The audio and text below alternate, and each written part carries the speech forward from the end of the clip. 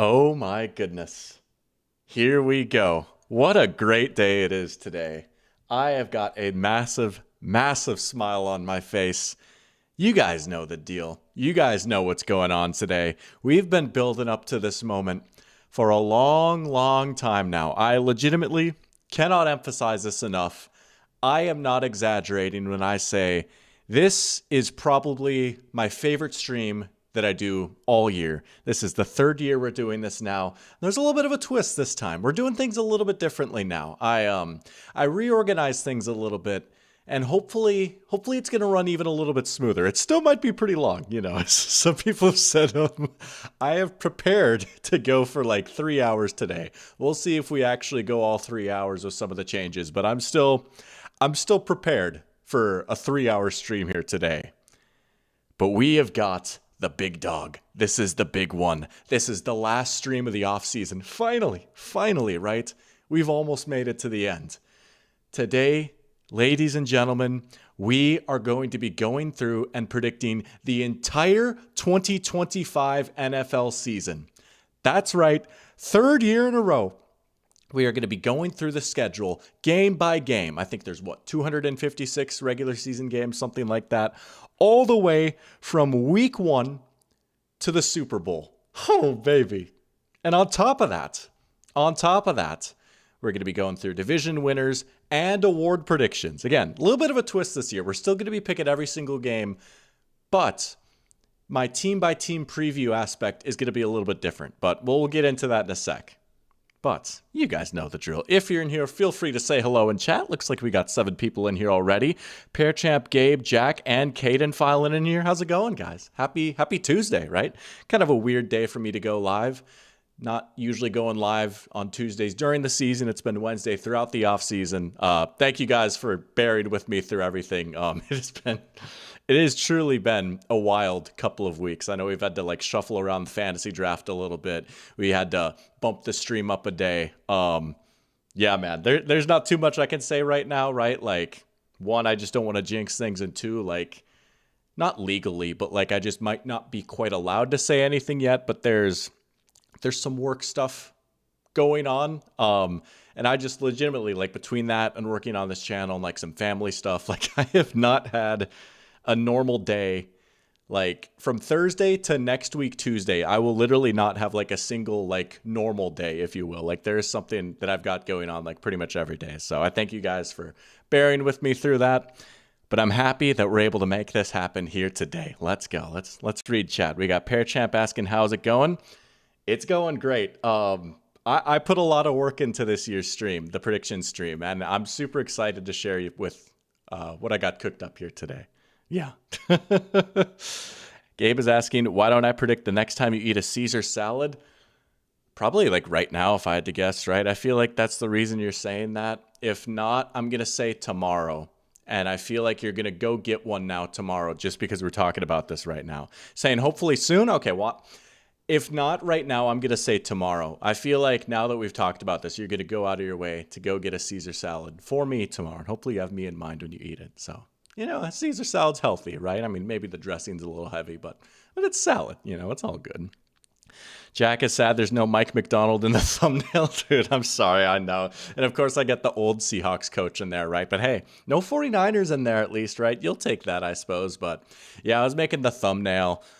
Initially, I was going to cover the whole screen with players and coaches, but I don't know. It looked all right, but I liked having the little footballs back text up top. I'm not exactly an expert when it comes to text and Photoshop, but we tried our best there. We got Caden in here. Let's go. Welcome, Caden. Good to have you in here. Well, we'll get to the Packers in a sec. How about there is an elephant in the room. And I mean, if you've seen the thumbnail, let's just say, we'll get to the elephant in the room in a second. This Pear Champ, this applies to you too, right? A couple of Packers fans in here. Something happened that I was horribly wrong about. I was so smug. I even did a little Squidward impression about it. Dude, I cannot believe. Anyway, cannot believe that actually happened. Let's just say we'll get to that when we get to the Packers and the Cowboys. So for legal reasons, this is a joke. Yeah, it's a joke, right? It's totally a joke. But no, like, don't feel like you need to do that. Oh, man. All right. Let's just get started. Let's just get into this, right? We're going to be going for a long time here. Let me just walk you guys through what exactly is going down here today. So for those of you that are veterans of the channel, which I feel like most of you in here are, right? For those of you that have seen the streams before, what I've done in the past, and I'm going to make a little change here just so I don't spoil too much.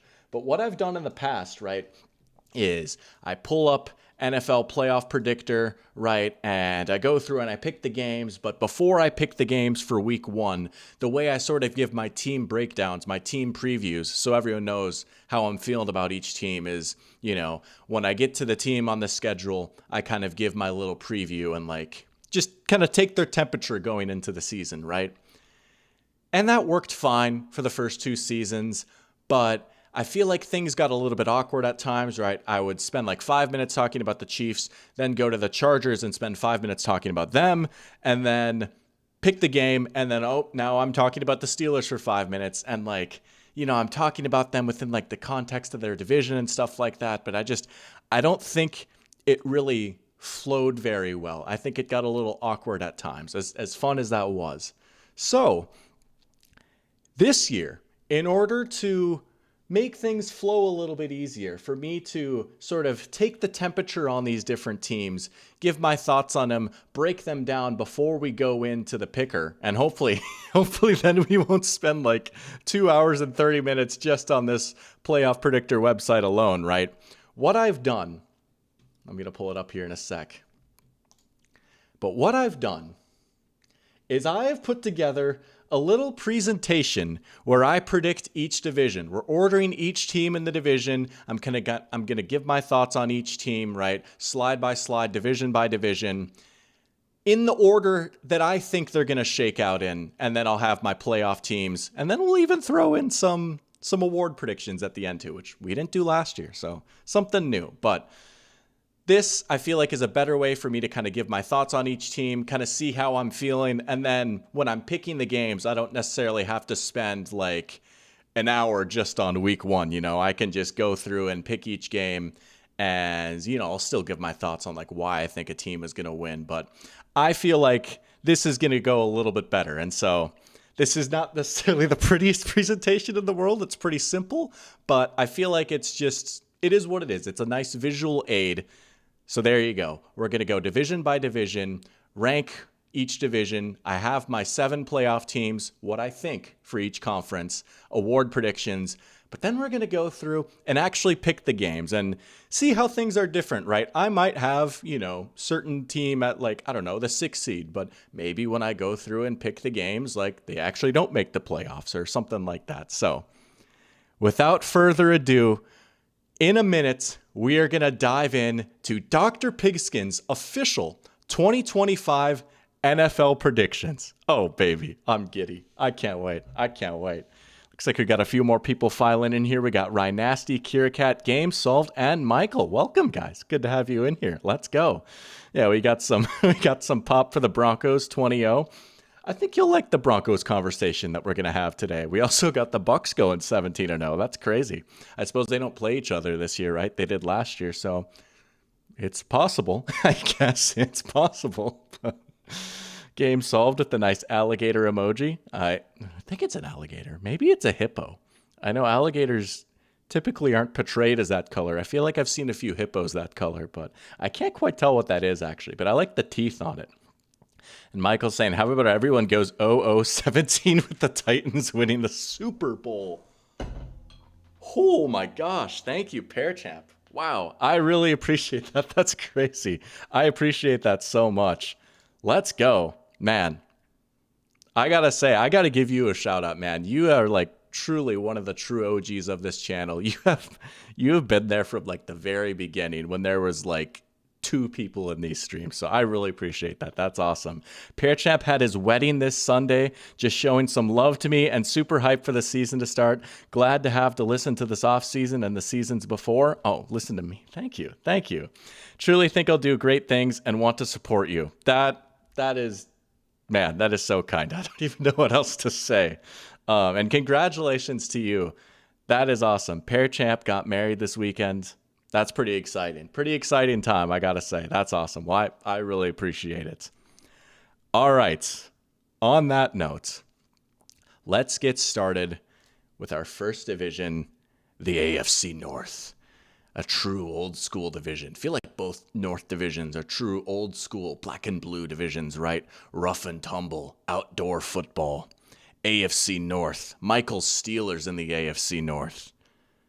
Let's get started with the North. First place, Baltimore Ravens. I feel like this is pretty self-explanatory, right? Ravens have kind of been dominating the division the past few years. Truth be told, man, I really do think this is the best team in football. And I know, like, back when I did my playoff predictions, I picked them to win the Super Bowl. And then after the AFC divisional round, I got so mad. I was like, I can't believe I fell for it again. I'm never falling for the Ravens again. Never again. But you know what? I'm falling for it again. This team is stacked, man. I really think this is the most complete roster in football. They have, at worst, the third best quarterback in the NFL. They have an all-time great running back. The offensive line is pretty good. The receivers are good with Flowers, Bateman. They add Hopkins, Mark Andrews. And the defense should just be nasty this year, right? I mean, it got to be nasty at the end of last season. There was a few growing pains, right? Without their savior, Mike McDonald, being a big dog now at the Seahawks, right? Rough start to the season, but they really did turn it on second half of the season. They put Kyle Hamilton back as the deep safety. That really solved their pass defense. Roquan Smith got off to a slow start, but he really started to pick things up a little bit. And they toyed around with their lineup a little bit more, and they found a combination that really works.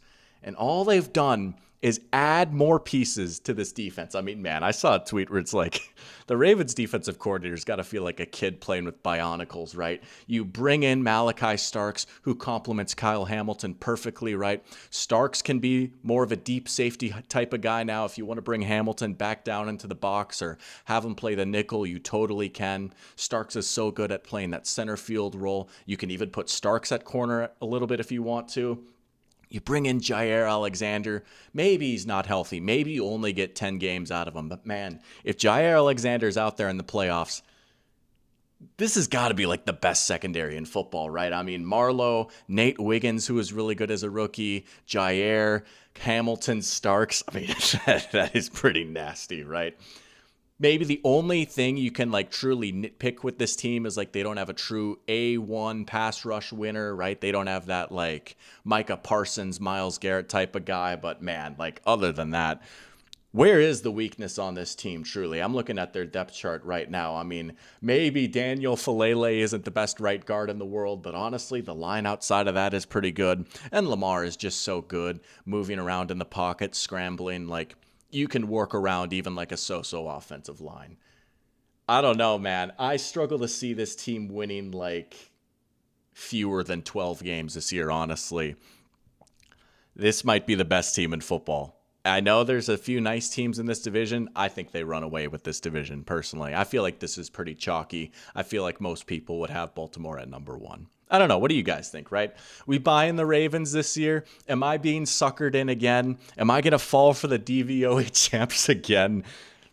Are they going to crash out in the divisional round again? I don't know. And truth be told, I actually don't like have my Super Bowl pick in my mind yet. So when I go through the playoffs and like I pick my Super Bowl winner, all of that is going to be off the dome. Like the past few years, I've gone into the stream with a Super Bowl winner in mind. I do not have one right now. I have an idea, but I do not like have one set in stone. Like I'm picking them to win the Super Bowl no matter what. They're on the short list, though. I think that's fair to say. They're on the short list. So Baltimore Ravens, number one. Pretty self-explanatory. Yeah. Married to Mike McDonald. Let's go. Good for Mike McDonald. I feel like you guys would be a good couple, right? Look at that. That's wholesome. That's awesome. Congrats. Couple of marriages in chat, I guess. Let's go. Oh man. Yeah, I did say Mike McDonald. Oh, brother. Caden's hitting him with the did someone say Micah Parsons? Oh, the Packers. Oh, we need an edge rusher. Guess we'll just get at worst the second one and the second best one in the NFL. We never have any needs ever. We haven't had bad quarterback play since 1990. Ah. Come on, man. Come on. Oh, that's crazy. That's crazy. Nah, you're right, Flame Raptor Raven. Welcome, by the way. It's funny. I feel like the narrative around this team this year is like it's do or die. If not now, then when? And while I do think that, like, man, this is probably the best team the Ravens have had in the Lamar era, I think it's also fair to say that we have kind of been saying that about Baltimore for like 2 years now. And they're still here, right? I mean, yeah, at some point Derrick Henry is going to get a little bit older and fall off, but like they've been a great, not just offense, but rushing attack, even without Derrick Henry, right? Like, as long as Lamar is there, as long as Harbaugh is there, and they have, like, competent coaching and, like, at least a solid team around them, they'll at least be in the mix. But this certainly does feel like the year to go do it. This does feel like the best. This might be the best Ravens team I've seen in my lifetime. In my life as a football fan, right? I was technically alive in 2000, but I didn't watch the 2000 Ravens. I was 0 years old, but I think this is the best Ravens team that I've seen in my life. That's what I'll say. But it is going to come down to January. Their schedule is pretty tough. They play in a tough division. AFC is tough. It'll be interesting to see what record they come out with when I pick these games. But man, I'm feeling like 14 wins for them, honestly. At number 2, we've got the Cincinnati Bengals. And again, I'll show my playoff teams here once we get to the end of the AFC. I've got the Bengals moving up from 3rd place last year to 2nd place this year. I feel like they're honestly in a pretty similar spot. I really don't feel like this team improved a whole lot. They're getting some playoff pop, and I don't know. I'm a little skeptical of it, to be honest. I struggle to see them improving that much off of what they were last year, right? They were a good, feisty 9-8 team that could have easily made the playoffs. We know what makes this team go, right? They've got a sick passing offense with Burrow, Chase, and Higgins, and Trey Hendrickson gets a lot of sacks. But also, like, real talk, man, like, that's really all they've got, right? And if they're not winning these shootout games, or if Hendrickson isn't closing things out on defense, they're not winning, right? I mean, it's still like the same issues kind of plaguing this team. And it's just like, it's a cool team build. They're good at 2 very important aspects of the game. But how many games can you really win when, like, all your skill points, so to speak, are just in the passing offense and we've got one good edge, right? I mean, again, same questions. Like, I'm looking at their line right now and it's like, just still a little unproven. Maybe it's like a little bit better than what it was a few years ago, but Burrow still got hit a lot last year, right? Burrow still took a ton of sacks last year. Burrow is still an injury risk, as much as I hate to say it, right? Like, he's dealt with injuries throughout his whole career. He stayed healthy last year, but like, with how many hits he takes and how he hangs in the pocket, like, you do kind of hold your breath every time he goes out there, right? And let's say he misses 7 games. Even 7's a bit harsh, but like, even if he missed like a few games, like, I'm sure Browning could come in and it'd be fine, but like, could they score 35 with him and beat, I don't know, the Vikings in a shootout? I don't know. And then defensively, I mean, their defense is bad because they haven't brought back their old vets and they haven't hit on their draft picks, right? They've got these guys coming through the pipeline, but they just haven't been very good. Myles Murphy just hasn't been very good. Chris Jenkins was pretty solid for him last year, but, he's no DJ Reed or anything like that, right? I mean, Geno Stone certainly isn't Jesse Bates, right? Dax Hill hasn't replaced Jesse Bates. I don't know what else to say. They used to have a really good defense, and they let their guys walk. They tried to replace them with younger guys, and it just hasn't happened. Like, dude, Shamar Stewart better be good this year, right? Jack is saying he thinks the Shamar pick was so bad. Yeah, I mean, he is a developmental piece, and I liked Shamar for the most part, because like, okay, he's a solid run defender and like, mid first round pick isn't terrible.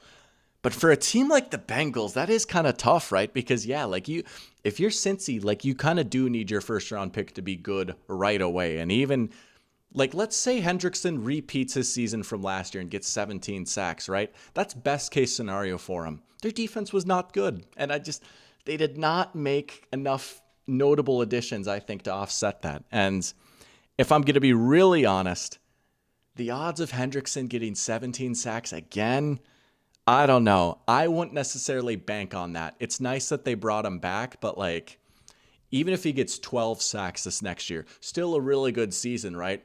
Objectively, their defense will probably be worse. Like Al Golden, their new DC, holy crap, dude, he better work wonders. Like this new simplified scheme better work wonders. I'm saying this in the vein of like, how are they going to make the playoffs, right? Because I still do have them finishing second, because at the end of the day, like, the offense is pretty nice, even if it's got its flaws, right? And like Chase Brown has turned into a solid back, and, they see so many light boxes because teams are scared of the deep ball. The offense is pretty nice. I have them finishing second. It wouldn't shock me if they came in at like 9-8 again or something like that. But yeah. Oh, poor Michael hitting him with the sigh. Yeah, no, I feel you, right? Bengals over Steelers. If you're a Steelers fan, and I can even see the vision for maybe putting the Steelers over Cincy, you could argue Pittsburgh is maybe a little bit more well-rounded of a team. I'll say this. They're not finishing last, though. I do not have them finishing last. Good question from Pearchamp. Who's more injury prone, Lamar or Joe? That is a good question, honestly. I would say they're pretty equal. I feel like they both have had like notable injuries. Both have stayed healthy in the past season. And it's not like they're Marcus Davenport, like Flame Raptor Raven is saying. Nah, dude. I mean, if he plays more than like 8 games this year, I'm surprised, right? Like they're not made of glass or anything like that.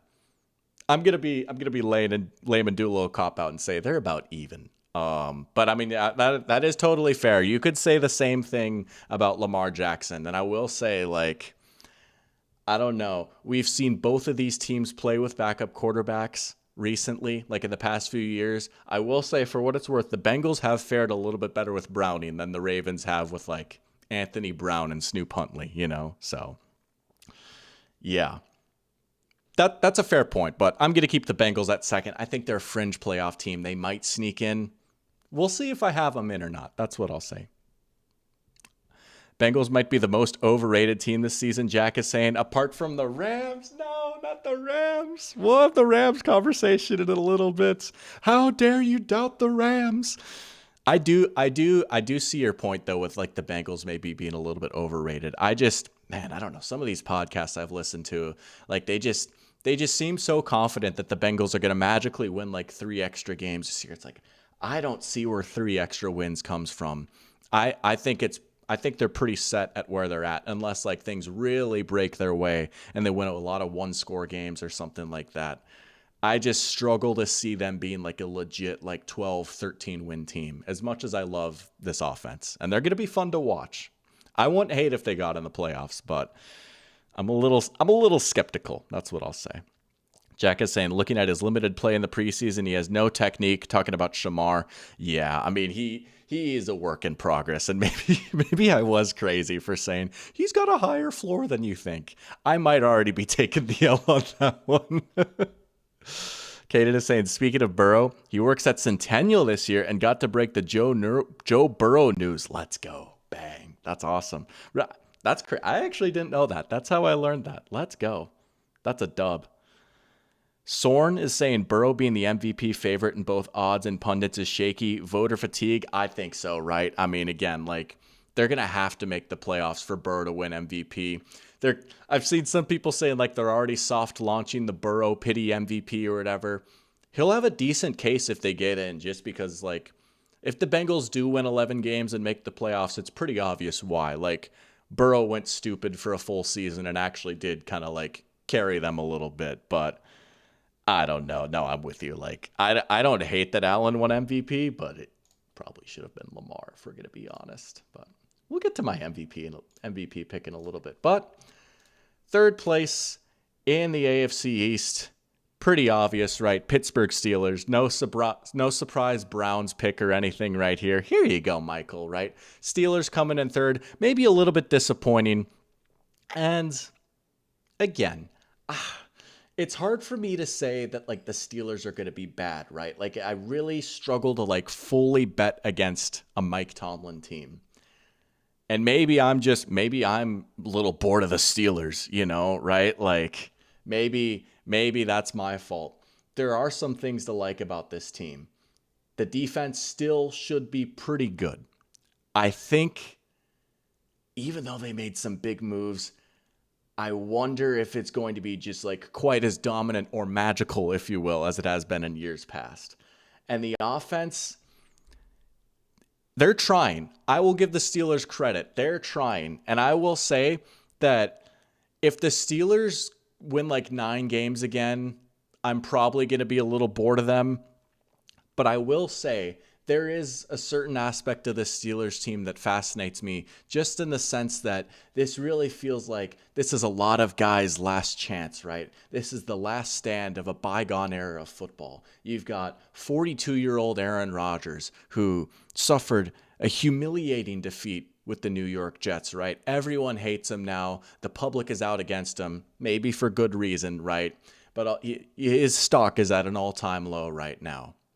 And he did plenty of that to himself. That's what I'll say. But it's still interesting, right? You've got one of the legends of the game with his back kind of against the wall, trying to go out on a good note, trying to have a nice way to end his career. You've got Mike Tomlin, a coach that I love. I adore Mike Tomlin.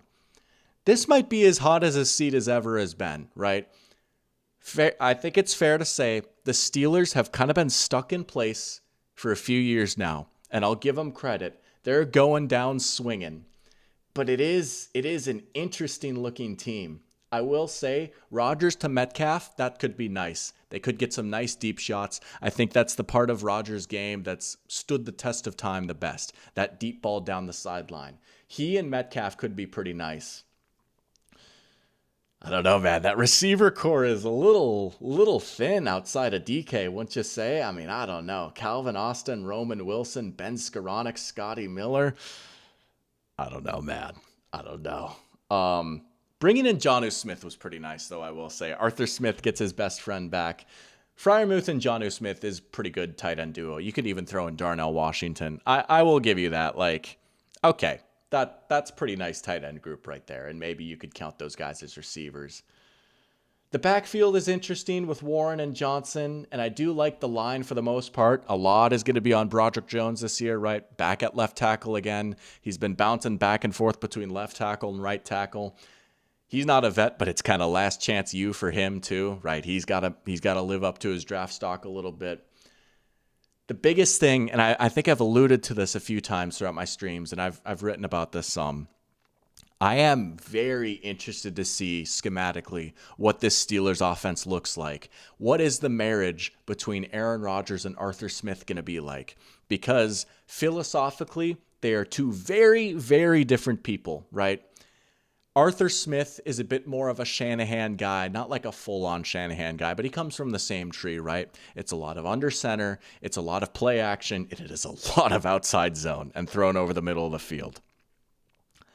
Aaron Rodgers has always been sort of the opposite of that. He's a true hooper at quarterback. He likes to get in shotgun. He doesn't like all this pre-snap motion. He likes to run tempo. He likes to use his hard counts and catch the defense jumping off sides, and he likes to take vertical shots down the field. That's always how Rodgers has liked to play. It was a big point of contention between him and Matt LaFleur. LaFleur got him to lock in for like 2 years, and he was brilliant. But eventually, Rodgers just got sick of it, right? I mean, you could see it. Like, that 2022 season, man, his last season in Green Bay, he just had zero interest in running the LaFleur offense. And then, with the Jets, he kind of got to run things his way. I say all this to say, Rodgers and Arthur Smith are two very different guys who are also both very set in their ways. And even though maybe that's like a lame thing to lock in on, I don't know. couldn't you see by like week 8, those two just like hate each other and it's just like drama in Pittsburgh like we've never seen before. And, you know, the Steelers have a bad game on offense and you can see Rodgers just like huffing on the sideline, right? Like kind of what we saw with the Jets a little bit. I like to think that Tomlin being there is going to make things a little bit better, but I do really wonder about this quarterback offensive coordinator relationship. How is this going to work exactly? Because a lot of the Steelers, like the run game is certainly built for Arthur Smith. The passing game, not so much. DK Metcalf, he'll be a good X. I don't know. The passing game will be interesting. I guess they'll get the Jonnu Smith screens going. I don't know. The defense is interesting. Here's what I'll say. The defense on paper still looks pretty good. I'm higher on some of the moves they made than some of the other ones. Like Jalen Ramsey, you know, maybe hybrid slot safety at this point in his career. Nice. I could get down with that. Darius Slay. I don't know. At least they got Joey Porter Jr., right? I don't know. Darius Slay could get picked on a little bit. Derek Harmon dealing with injuries, their first round rookie. I love the draft pick. Kind of a shame. He might miss some significant time, right? Cam Hayward, sick player, somehow coming off like one of the best seasons of his career, but he is like 36, something to monitor. Here's what I'll say. The biggest thing that I've got my eyes on this year, and I've beat this point to death on these streams. You might know what's coming. I have got my eye on TJ Watt a little bit. He did not necessarily close out last season very strong, and he quietly had kind of a down year by his standards. 11 and a half sacks, still obviously very good, right? But again, like, I don't know, some of their biggest games, no sacks, no pressures, nothing, right? He got shut out by Joe Tooney, who was moonlighting at left tackle. He is 30. He's dealt with some injuries, and so much of the Steelers' success really since TJ Watt came in, right? I kid you not. Like, it has been TJ Watt hype moments and aura. Like, that has been like a big reason why the Steelers have been able to keep this no losing seasons thing going, right? Because they can just play in this ugly slop fest. And then in the fourth quarter, TJ Watt gets a strip sack that puts the Steelers in field goal range. And Chris Boswell kicks a 30-yarder that gives them a 3-point lead. And then Watt closes out the game with another sack, right? I would not be shocked if Watt turned in like another like 10, 11 sack type of year, maybe even a little bit less. I don't know. He is a little bit on washed watch for me. And even though like the defense around him is pretty good, and I'm certainly not saying this is going to be a bad defense, if TJ Watt were to say take another step back and he just doesn't have these crazy takeover moments that like win them games, yeah, that could cost him a few wins. That could be the difference between like 9 wins and 7 wins. So I'm baking that in there a little bit. Maybe that's unfair and we haven't seen like a full-on decline yet. And he certainly still played some good football last year, but I don't know. Now I know TJ Watt got paid. Honestly, I get why the Steelers paid him, right? You got to reward your guys. This is just how the Steelers operate. Reward a franchise legend. They want him to retire a Steeler. From a franchise perspective, I totally understand that, right? Just from like running a good organization, from keeping the fans happy, from keeping TJ happy and keeping the locker room happy. I totally get that. From a pure, strict team building perspective, honestly, man, I don't know that he should have gotten paid all that. I feel like give it like a year or two. I don't know. I don't think that contract is going to look great. But Steelers, I've got finishing third. Could they do it again? Could they maybe grind out another 9-win season and sneak in as the 7th seed? Yes. Do I like that they're at least going down swinging? Yes. But I'm going to be real honest with you, man. I just struggle to see them doing anything beyond what they've done like since 2017, honestly, right? Like, they haven't made it past the divisional round in a long time, you know? I just struggle to see a world where they're any better than just like getting beat by the 2 seed once again, you know? Maybe I'm doubting them again. I know Michael's saying they never learn. I know. Maybe I'm fading the Steelers and I shouldn't be doubting Tomlin. Shout out Tomlin. I love him. I'm fading him a tiny bit, though. Welcome, Wolf. Let's go. You are just in time for your Browns. We'll try and get some optimistic Browns talking here, because I know like it could probably be a little bit disheartening to hear all offseason. Browns, terrible. sell the team, like I get that. So we'll get some nice Browns talk in here too. But yeah, I mean, yeah. They're next. That's what I'll say. They're next. 2 divisions per hour. 8-hour stream. True. Oh, yeah. Shout out Caden for putting the Discord link in there, too. Yes. If you're new, join the Discord. We're going to be having a good time in here. That's this season. Yes. Join the Discord. There's the link right there. I'm going to go ahead and pin it.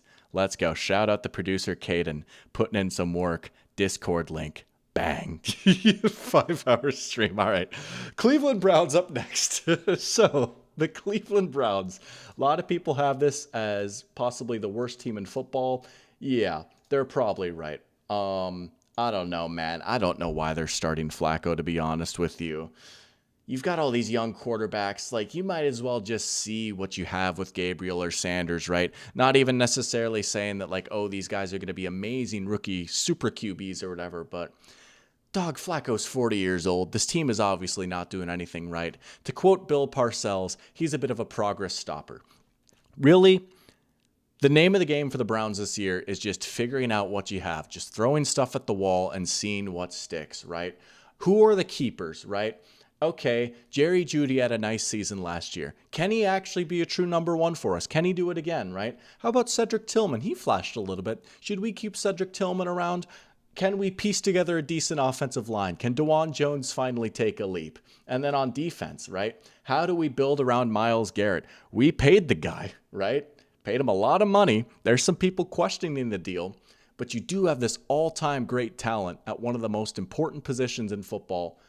Who do we keep around him? Can Mason Graham be a good running mate alongside him, right? How about Carson Schweschinger? You might need a JOK replacement. You have no idea when he's coming back. Can Schweschinger be something? Who are the keepers, right? Should we be giving Greg Newsome a second contract? Let's find out. He might have actually gotten paid. I don't remember, but Jack is saying he thinks they can win 7 games. See, I don't think this is like one of the worst teams of all time, honestly, right? Like, I feel like sometimes the way the Browns get talked about, you'd think that like they're going to lose every single game, right? This is far from the worst Browns team that I've seen in my life. Absolutely. I don't think this is like a disaster team like the 2020 Jets or the 2020 Jaguars or the 2017 Browns or anything like that, right? Or the 07 Lions, 08 Lions. 7 games is a lot in a tough division. I feel a lot more comfortable with like 4, to be honest with you. I don't know. I think 4 is about fair. The offensive line has some holes. The receiving core is honestly, it's all right.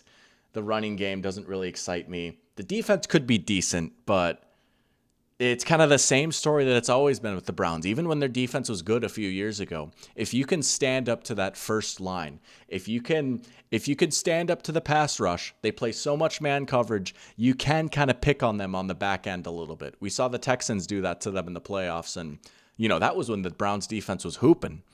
I think it'll be better than it was last year, because last year, statistically, it was like one of the worst defenses in the league, right?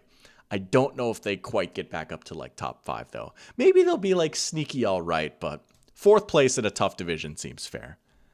All right, we got one division done. Let's go. All right, let's move on to the AFC West. I honestly don't remember the logic for how I ordered these divisions, but we're going to do the AFC West next. Soren is saying Saints are worse than the Browns. Probably. I'm still struggling with who I think the worst team in the NFL is going to be this year. That's a question that's bugged me all offseason, honestly. I feel like there's no obvious answer. There's like maybe a few good candidates, but it doesn't feel like a season where it's like, oh, I know this team is going to be bad, or like I know this team is going to win like 2 games max. AFC West is pretty nice this year. Soren is saying Broncos are taking the AFC West. To quote the man who just retired, not so fast. Here's what I'll say. This is a very interesting year for the Kansas City Chiefs. And if there is a year to take a big swing and to pick another team to take the AFC West, I really think this might be the year to do it. I gave a similar speech back when I did my team tier list back in May. Fun stream. Here's what I'll say. I am actually like pretty convinced This might be one of the most, if not the most challenging year for the Patrick Mahomes, Andy Reid, Kansas City Chiefs. And again, that might be, oh my gosh, we're the 3 seed. How terrible. I say that though, that sounds crazy. That did literally just happen a few years ago, right? Here's what I'll say. The Chiefs are obviously good. I have them winning the division. This is a playoff team. They're a tier 1 contender, right? I don't want to get too crazy and sound like Rob Parker saying Tom Brady is going to be bad next year. It's over for the Patriots, right? Am I crazy for thinking this is the weakest Chiefs team that we've seen in a while? I don't know, man. There's sneaky some holes in this roster a little bit, right? The offense is in a very interesting spot. And like I said a few months ago, right, this feels like a very big pivot point for the offense. This is an offense that transitioned from the vertical explosive passing game that they had with Tyreek and Kelsey and all that, right? And then, they traded away Tyreek when too high came in vogue and teams stopped blitzing Mahomes and playing all this zone and teams just sold out to stop the big play. Chiefs leaned into that, beefed up the offensive line, relied even more heavily on Kelsey, right? They brought in Juju Smith-Schuster, a lot of screens, a lot of short passes. Mahomes became a pocket passer. They're starting to maybe just hit a little bit of a wall with that. Maybe just a little bit of a wall, right? The run game, honestly, not that great last year. No explosive aspect in the run game. The passing game was still pretty good, and this was still a pretty good offense overall, but things just felt so hard for them last year. Everything just felt a little bit harder for them. The offensive line, finally the comeuppance came, and they got beat over the head with a hammer in the Super Bowl. And maybe I'm overreacting too much to the Super Bowl. And I know Josh Simmons looks good, and that was a nice pick, and he might really improve their left tackle situation. But I think it's fair to say this is a team that had a struggling offensive line last year and then lost an all-pro guard. Yes, they might have fixed left tackle. Now they've got a big question mark at left guard. Juwan Taylor is still started at right tackle, right? The offensive line might be better. I don't know. They're really counting on a rookie who's coming off an injury to be like a dude right away, right? And even if he is, there's still a few holes in this offensive line. Michael is saying Kelsey's going to have a turn the clock back season. I just don't know, man. I thought he was going to turn back the clock for the playoffs, right? This is the second year in a row now that honestly, Kelsey has looked a little washed out there. And in the 2023 playoffs, he did turn the clock back and he had some monster games, went off in the Super Bowl. And I was like, oh, okay. So it's load management. He can just lock in for the playoffs and be a beast and they'll be okay. He can just coast in the regular season. Man, he just looked slow last year, even in the playoffs, right? I mean, that Super Bowl performance is just burned in my mind. I would be shocked if Kelsey, turned back the clock, right? Parachamp is saying this is Kelsey's last year, most likely. I would have to agree. I mean, he's 36. He plays tight end. It's a taxing position. He's had a very long and successful career. Man, do you really want him to be your most targeted player this year like he was last year? I don't think so. Rashee Rice has turned into a great player. You're now without him for your first 6 games. Some tough teams you're playing against, right? And I'm going to be honest, I'm still just not fully there with Xavier Worthy. I know he had that nice Super Bowl performance, and he did play better down the stretch last season, but I'm going to be honest, I do think maybe he gets a little bit too much pop for a lot of receiving yards in the Super Bowl. And again, let's be honest, dude, how many of those yards came when the game was over, right? Do we really think Worthy can line up on the outside and beat press coverage? Still a little skeptical about that, right? Everyone, this is the second year in a row now, right? The deep ball's coming back. Oh, they hit a few big plays in the preseason, right? Here's a practice clip of Mahomes hitting a deep ball. Deep ball's coming back, guys. I'll believe it when I see it. I'd love to see it. It's fun to watch. I'll believe it when I see it. I'm not sure. The offense is in a tough spot. And the defense, honestly, I think is a tad overrated. This defense was quietly middle of the road last season, statistically. Their yards and points per game looked a lot better than I think like the defense actually was, simply because the Chiefs had like crazy time of possession, all these long, slow drives and taking up so much clock. Like their defense just quite literally wasn't on the field that much, right? You look at the defense, man, there's some holes. McDuffie's good. Corner room outside of that, very unproven. We saw him get picked on in the Super Bowl. Chris Jones is awesome. Pass rush outside of that, a little sketchy. Karlaftis is nice, but like, man, it's not like an amazing pass rush, right? Run defense might take a hit. The beast Tershawn Wharton is gone. It's like an average defense, honestly. I think it's like an average defense that can like maybe have a few good moments in the playoffs when they're well coached. I don't think this is the Chiefs defense from a few years ago, though, that was like killing everyone when they won the Super Bowl. And I think that's a big reason why, I don't know. They're going to win a lot of games, but I don't know. They did find a way to win 15 games last year. Do we really think they're getting to 15 again this year? Would it be crazy if they won like 11 and won the division?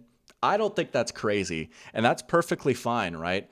As long as they get in the dance, they've got a chance, but I'm low-key fading the Chiefs just a little bit this year. I just think too much of the argument for the Chiefs is, well, they're the Chiefs. They're going to figure it out. I think that's just a little bit too much of the argument for them this year. Tough division. I have them winning it. I don't think they're going to win it by like early November like they did last year or whatever. But I don't know. Maybe it's famous last words. Maybe it's silly to fade the Chiefs, but I don't know, man. I'm just a little skeptical. Yeah, Kelsey. Well, yeah, he hasn't gotten married yet, right? But he is engaged. Shout out to Tavis. Let's go, Tavis. Yeah, I don't know. I just think they're on a little bit more shaky ground this year. But welcome, Henry. Let's go. Good to have you back in here, Henry. I'm doing well, you know.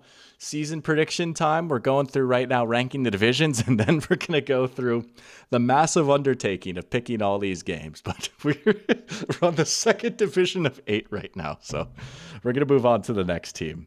Maybe losing the Super Bowl does light a fire. I'm fading them. Broncos at second. Broncos, this is a very good team. We've had some Bo Nix chatter in chat here, right? Bo Nix has always been a fascinating player for this channel. Here's what I'll say. I'm not necessarily Bo Nix's biggest number one fan, right? And I can sit here, like, if I'm making my quarterback lists and be like, well, he's in such a supportive environment and this and that, right? And the game script is so favorable for him and all this, right? Here's what I'll say. Everything that was true about that last year that made the Broncos and Bo Nix and everything a success for them is back again this year. And it's the same, if not better. This is a very, very good football team, man, from top to bottom, right? I mean, this was arguably the best defense in the NFL last season, and they only got better. Spending big in free agency, bringing in Greenlaw, Hufanga, and then the Jahdae Barron pick in the draft. I mean, you know, I said the Ravens might have the best secondary in the NFL. Maybe it's the Broncos, honestly. You've got the reigning Depoy and Surtain. You've got McMillan, Riley Moss, Jahdae Barron, Hufanga, Brandon Jones. I mean, that is a nuts secondary. That is 6 deep right there, man.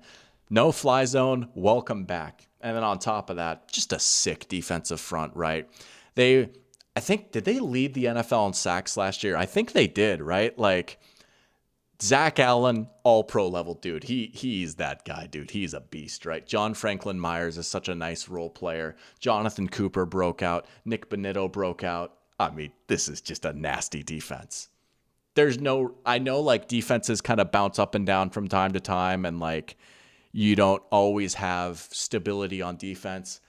Man, barring like injury disaster, I just struggle to see this not being a top 5 defense again. And then on offense, you know, catered environment. Hey, I'm all for catered environments. I would love if JJ McCarthy had a catered environment this year, right?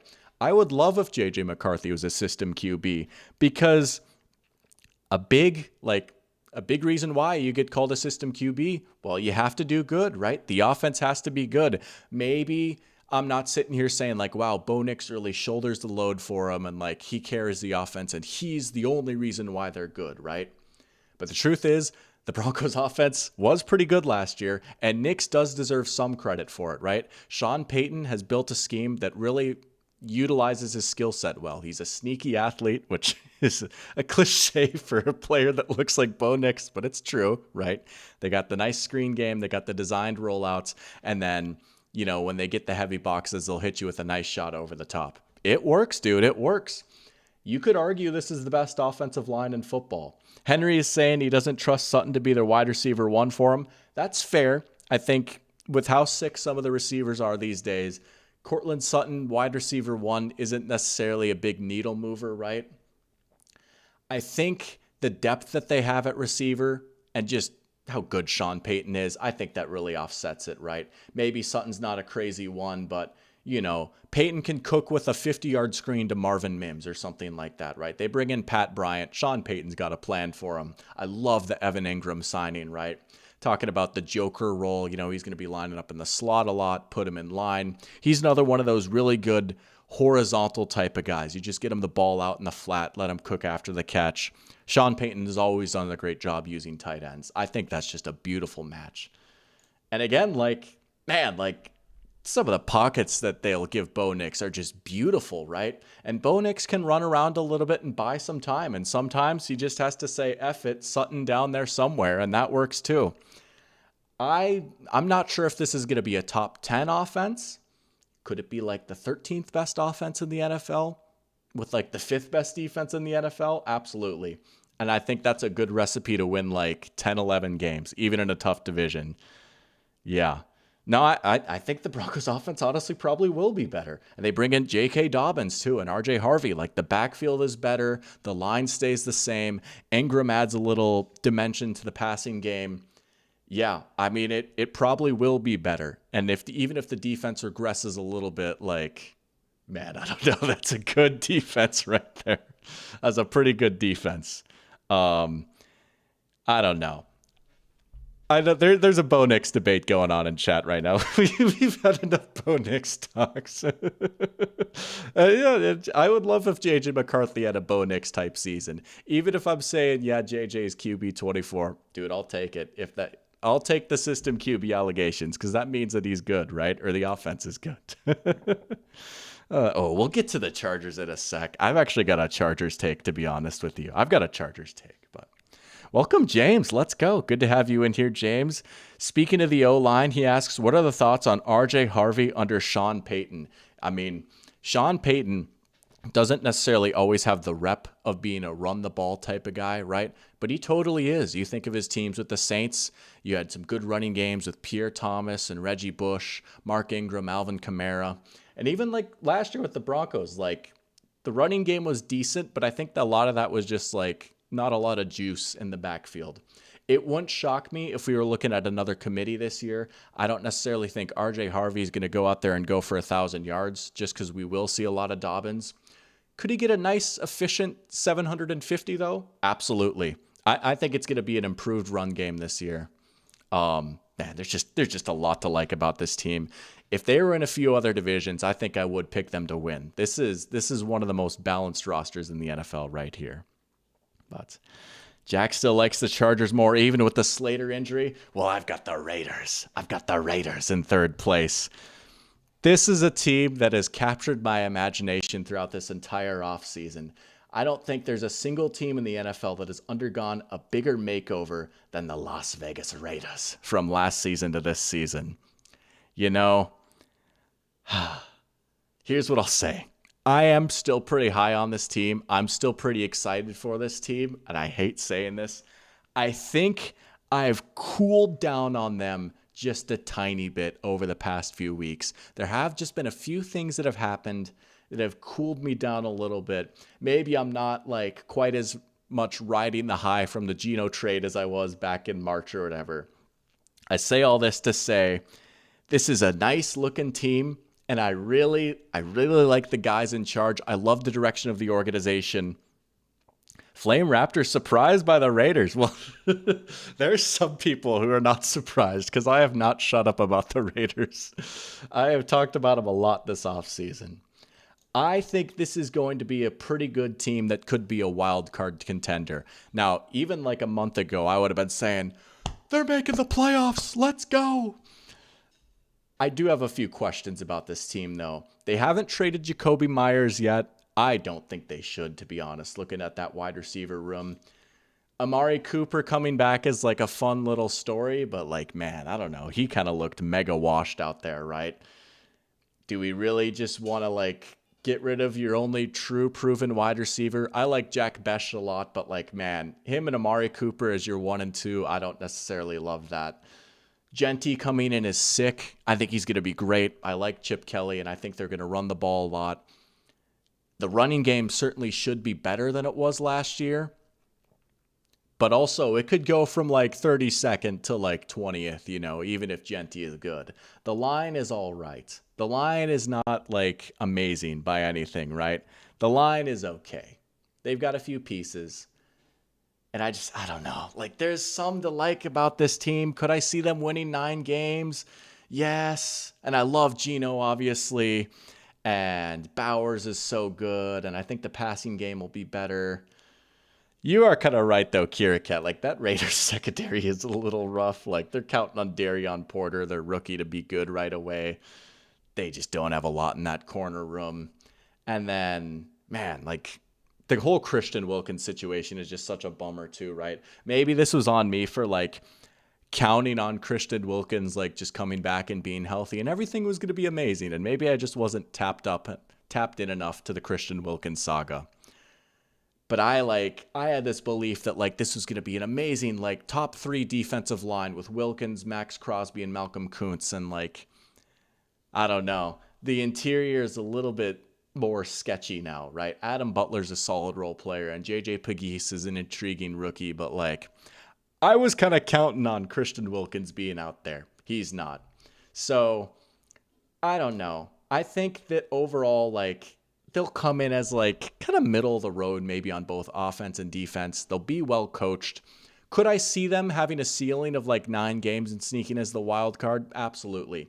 I won't say that with such certainty anymore as I was like a few weeks ago, if that makes sense. But I still like the Raiders. I know I am a little bit.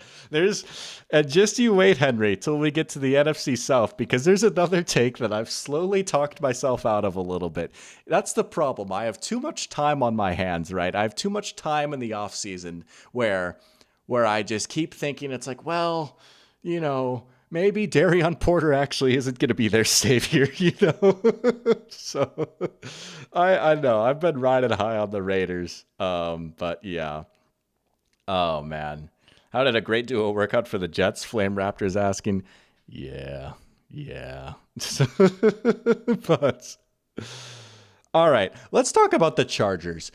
Here's another team that honestly I'm kind of fading a little bit this year. I know Raiders over Chargers might be a little bit of a surprise. Man, I am bummed with how the Chargers offseason went, honestly.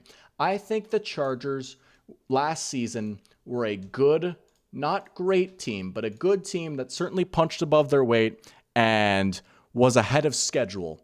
And I thought that they had a great path to improve even more this offseason.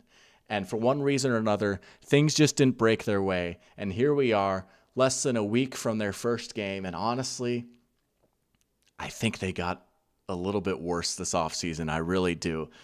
Man, I love, like, God bless Jim Harbaugh, right? I love the dude. For as much as they're talking about being big, mean, and physical and pounding the rock, I don't know, man. That offensive line isn't great, especially the interior. Like, no disrespect. Bradley Bozeman and Zion Johnson are still starting for them, and then they lose Rashawn Slater, and that just completely changes everything. The whole line was built around having 2 amazing tackles. Now they have to move Alt to left tackle. Trey Pipkins is now starting for them again. Man, I don't know, right? Like, we literally saw in the playoffs against the Texans, everyone, including me, thought that Chargers are so much better, so much more balanced than the Texans. Like, they'll be able to handle things. Texans just absolutely throttled their offensive line. Just absolutely throttled it, dude. I don't know, man. I'm not super high on the offensive line. They do have Mekhi Becton. You know what? Outside of Philly, let's see how he does. That's what I'll say. Outside of Philly, not playing next to Lane Johnson, let's see how he does. I think he'll be okay. He is a big guy. Is he good? I don't know. I think he's all right. I think he might have gotten a tad overhyped from last year because he'll put together like a sick pancake reel or something like that. And he's also been dealing with injuries and some other stuff going on with him. I don't know. I think you could ask any Jets fan, like, are we sure we want to count on Mekhi Becton to save their interior? I'm not sure. I don't know. No, he's going to be at right guard, right? He's next to Trey Pipkins. Like, I don't know, man. Ladd McConkey, I think, is so good. I think Ladd is unbelievable. I could see him having like a ridiculous season this year. I think he's a fantastic player. Man, outside of that, I don't know. Trey Harris better be good, right? Hampton, I love the idea of Hampton and the Greg Roman offense, but again, like, I don't know. Herbert is really good. Maybe he's a little bit captain if. They do have a really good quarterback. And, I've got the Chargers at 4th. I'm not saying that they're necessarily going to like win 6 games or anything, but I think the offense could be in line to take a step back with the hits they took on the offensive line and just, I don't know, questions about the receiver room. And then the defense. I think the defense is a really big regression candidate this season, honestly. They're super well coached. Jesse Minter does a great job. And I think they've at least got like a decently high floor. But dude, they were 2nd in the NFL in defensive EPA last year. And you just look at the roster and it's just like, how? Like, how? Like, I don't know, man. Like, they lose Poona Ford. And I know, like, maybe I'm too obsessed with Poona Ford. But, man, that was a big loss. He was so good for them last year. That defensive line now is a big question mark, right? Thule and Khalil Mack is like a solid pass rush duo. And I know Joey Bosa never played. But, like, man, like, all of a sudden the pass rush is a little bit thinner. And the secondary, man. I love Tarheeb still. He was a nice rookie, but like, dude, he's their best corner. Like, I'm sorry, man. Look at this corner room. Jack, I know your boy Benjamin St. Juste is there, but like, it wouldn't shock me if they went from like, statistically speaking, the 2nd best defense to like the 15th, Like, I don't think that the bottom will fall out because I think they're just so well coached with Minter.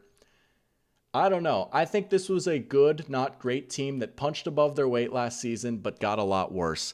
There's just a lot of questions, a lot of stuff that I worry about with this team. And again, tough division. I'm fading the Chargers a little bit this year. They're one of the playoff teams from last year that I don't think makes it this year. I'm not super high on the Chargers, honestly. Captain F.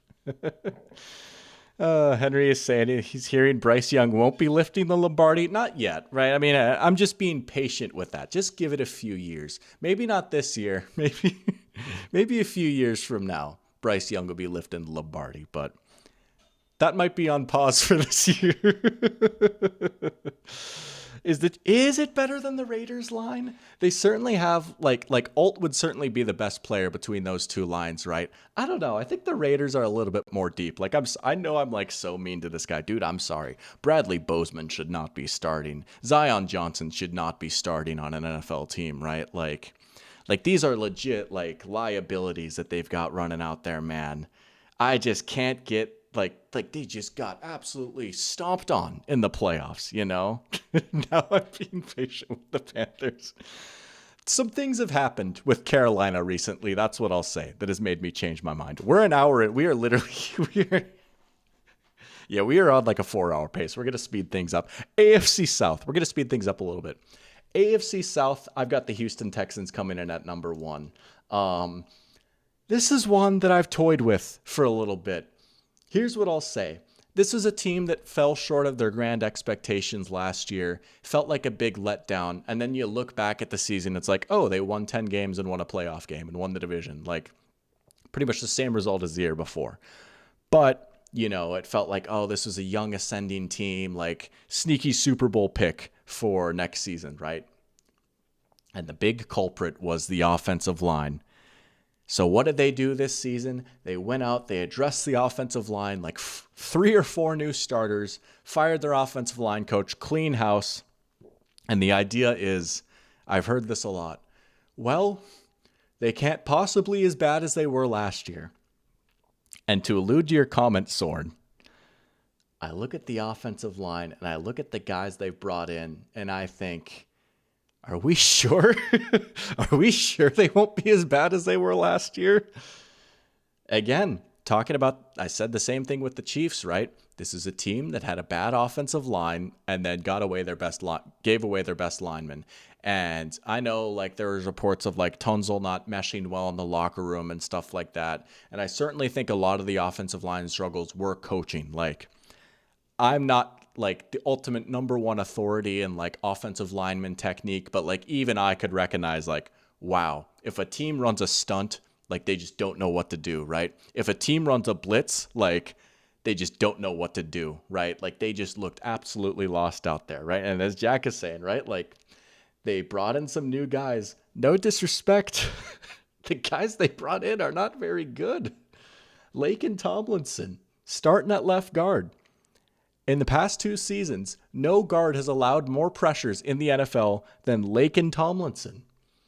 You know who's third place in that same category? Their starting right guard, Ed Ingram. I don't know, man. Are we sure they're going to be better? I don't know. And then they lose Mixon for a little bit, and their run game took a serious hit with Mixon.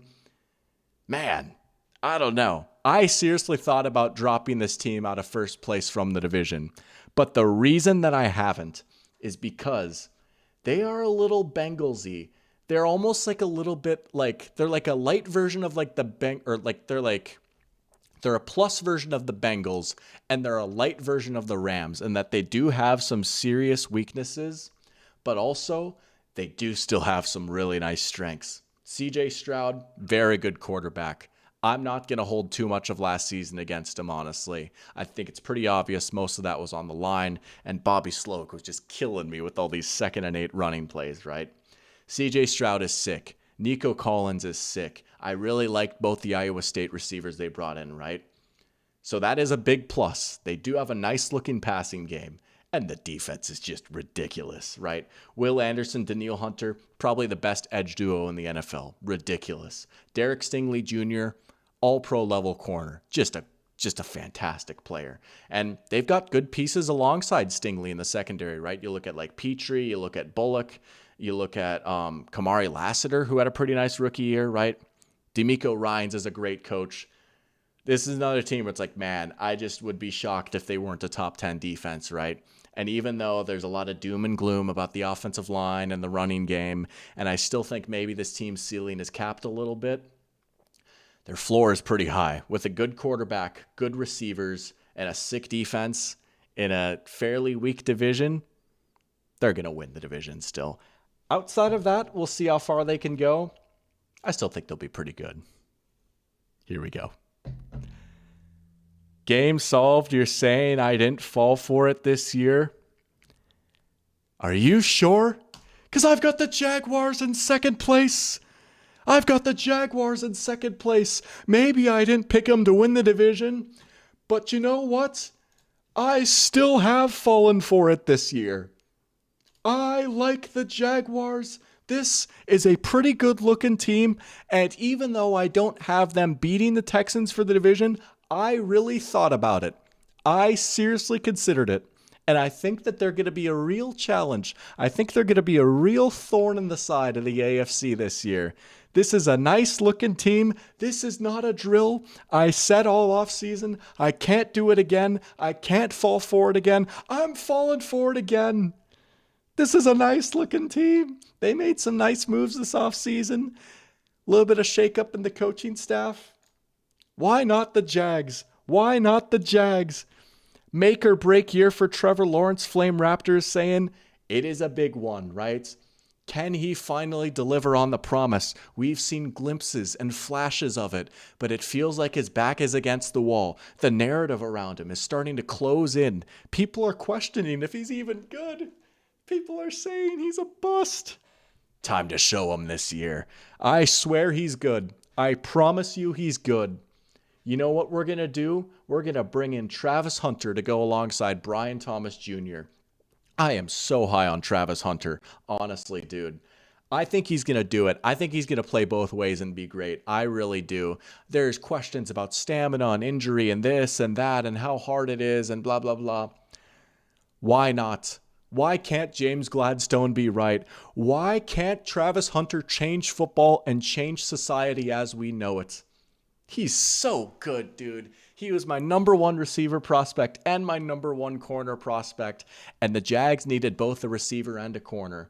He is a godsend to this team, and even though I like Cam Ward a decent amount, and I don't want this to be taken as like Cam Ward slander, I'm going to be real honest, man. I just can't help but think that like 3 years from now, we're going to look back and be like, how on earth did Travis Hunter not go first overall? I think the Jaguars got a special, special player to fall into their lap. Brian Thomas Jr. is so good, dude. He's already a top 10 receiver, and he and Lawrence's game mesh so well together, right? I am so high on this offense, and Cohen's in there now, and, we'll see how it fully goes. We'll see if Cohen's able to keep up the offensive scheme Lord magic now that he's the guy in charge, right? I am Mr. Fewer head coaches should call plays. I've got a whole video about it, right?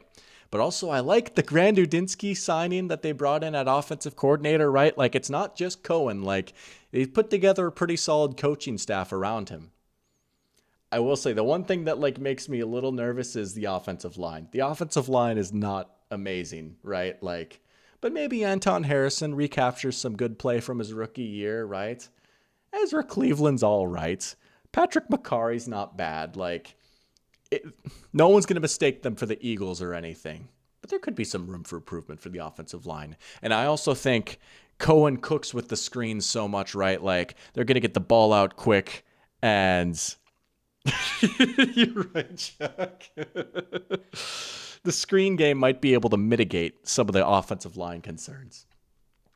And defensively, dare I say this is a little bit of a bounce back candidate, right?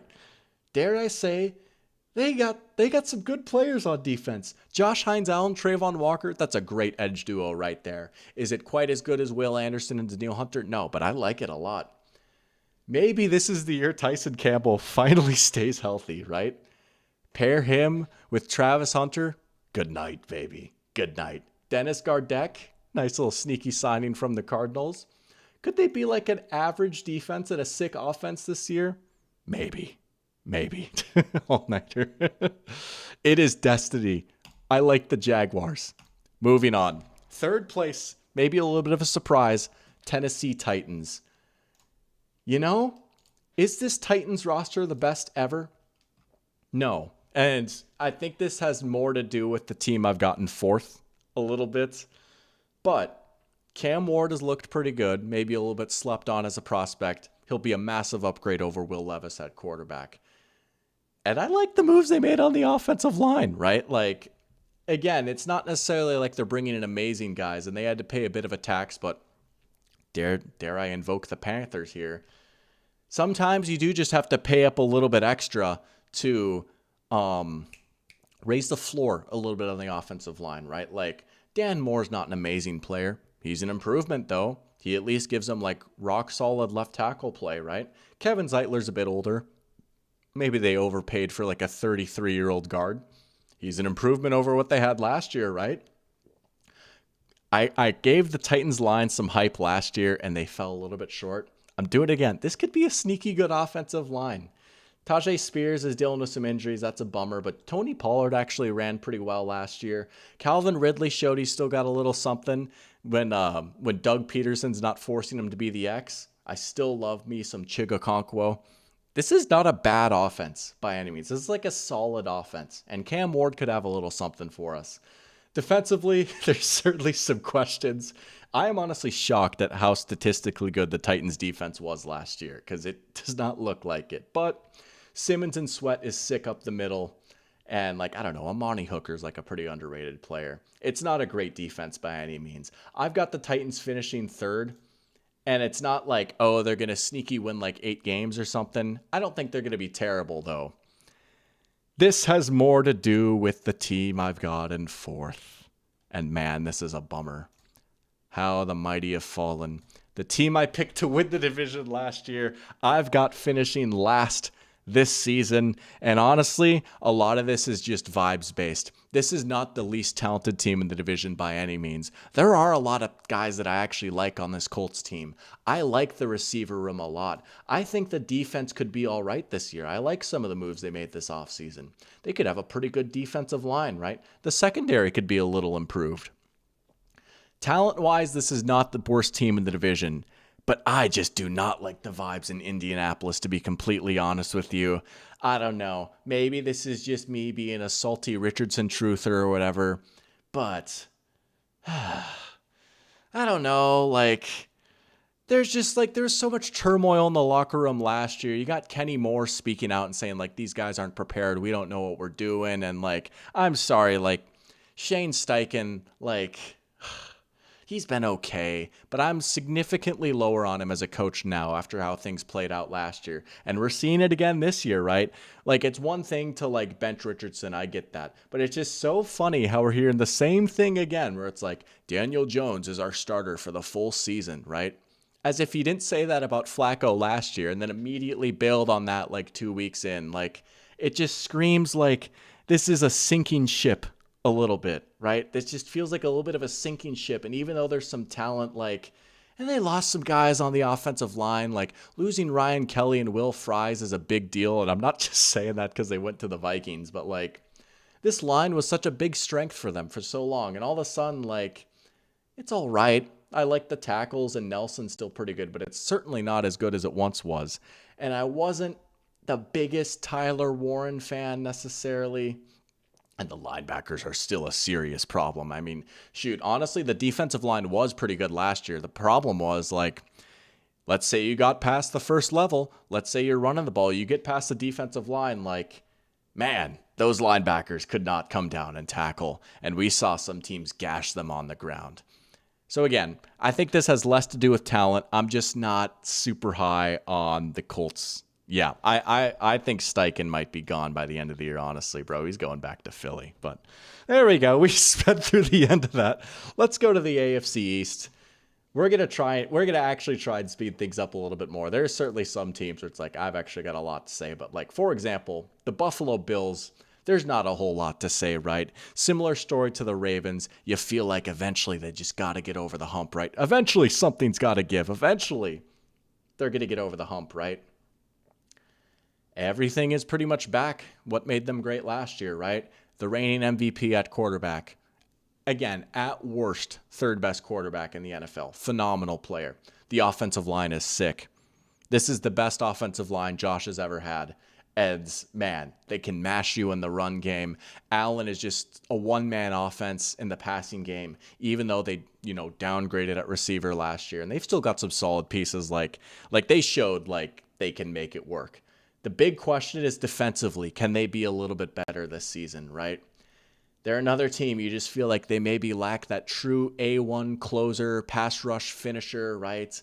Maybe Joey Bosa can be that guy. He's got to stay healthy, which is a big question mark, And the secondary outside of Benford got picked on a little bit, right? Like they did let up some big games on defense last year.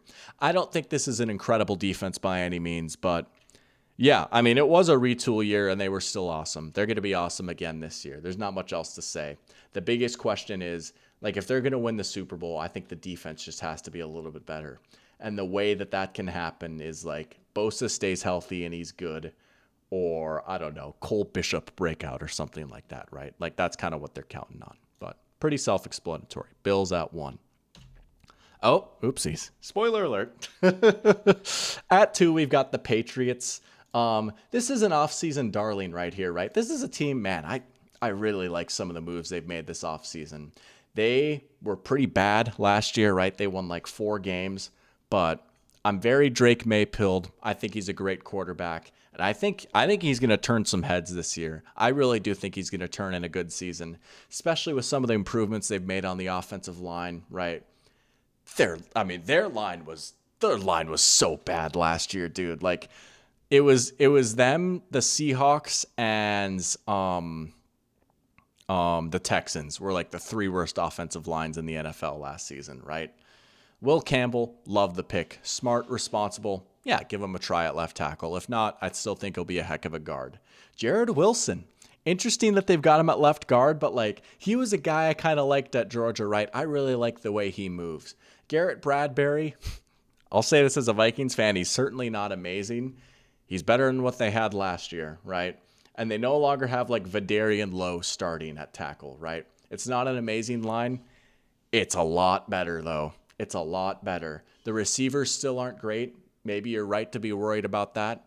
It's a lot better though, right? And I just think like, man, Drake May, I think he could have a real breakout type of season. I really do. And I love bringing in Travion Henderson to the backfield.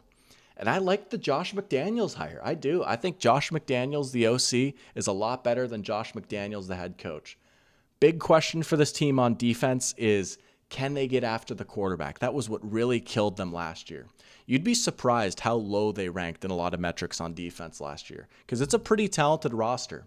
But the answer is they just could not get after the quarterback. They had one of the lowest pressure rates in the NFL, didn't really have any top-level pass rushers. But Christian Barmore is back from injury. He's an excellent interior pass rusher. They signed Milton Williams, another excellent interior pass rusher. And Keon White could be a nice breakout for him. He's turned things on a little bit. He's always had the tools. And he played pretty well down the stretch for them last season. And then I love the back end of this defense, man. I mean, we know my Robert Spillane love, right? I love bringing him in at linebacker. And this secondary is pretty nice. I mean, Carlton Davis, Christian Gonzalez. That, for as much man as they run, that is a phenomenal duo at corner right there if you're going to run a ton of man. Kyle Duggar might not make the team, or he might get traded, which is a little surprising, but they've got a pipeline of guys, right? They've got guys coming through the pipeline. I don't know, man. This could be a pretty good defense. So I've got the Patriots finishing second. Caden is saying this year's Commanders, they're honestly one of the better candidates, I think. If you want a team to really take a leap and like make the playoffs and maybe even go on a little run, I don't hate the Patriots as a call right there. Yeah, I think this is a pretty good roster, honestly. And Vrabel, is he like a genius of a coach? No, but I don't know. He's pretty good at game management. He's a good culture guy. I love the staff that he built. There's a lot to like about this Pats team. Soren is saying Pats are a wild card team. Let's go. Well, we'll see if I have them. But Jack is saying the Finns are not finishing last. We'll get to the Finns in a sec. I don't know. Maybe they do. Maybe they did with the Tua injury. I don't know. I've got my eye on the Dolphins. That's what I'll say. And honestly, Jets at 3 is just as much of an anti-Dolphins take as it is a pro-Jets take. This is not the worst roster in the world by any means. Here's what I'll say as a little slight spoiler for the Dolphins. I think the vibes between the Jets and the Dolphins could not be more opposite right now, as far as like where their organizations are, the regimes, right? And maybe that's lame for me to say because like obviously the vibes are good when you bring in a new head coach, right? But I am such a big fan of Aaron Glenn. I love the way the Jets handled this offseason. They were patient. They were smart. They're doing their best to dig themselves out of the Aaron Rodgers hole. They extended their good young players and Garrett Wilson and Sauce Gardner. And again, like, this is not the worst roster in the world by any means. Garrett Wilson's a good wide receiver one. The backfield is pretty nice with Breece, Braylon Allen, and even Isaiah Davis getting a few looks, right? You want another sleeper offensive line, an offensive line that could break out this season? The Jets' offensive line. I don't know. I kind of like what they're building in the trenches. Fashanu and Armand Membou as the tackles. Man, that could be a lot of fun. That could be a sick tackle duo right there. And they could be good as soon as this year, right? Joe Tippmann, that's a name to watch right there. Masher in the run game. Just an absolute mauler at the center position. Elijah Vera-Tucker, good guard, right? And then you got the vet John Simpson. With Justin Fields in there, this could they're a good underrated candidate to like finish top 7 in the NFL in rushing or something. They are going to run the freaking rock. I think they're going to have a great rushing offense. I'm not saying like Justin Fields is going to save his career and be amazing or anything. I don't know. They run the ball and their defense bounces back a little bit with the new coaching staff coming in. You've got Aaron Glenn and then Steve Wilkes calling the defense as the DC. I think the defense could be a nice bounce back candidate. They've still got Sauce, who had a down year, but you like to bet on the talent, right? You'd like to think he'll still be pretty good, right?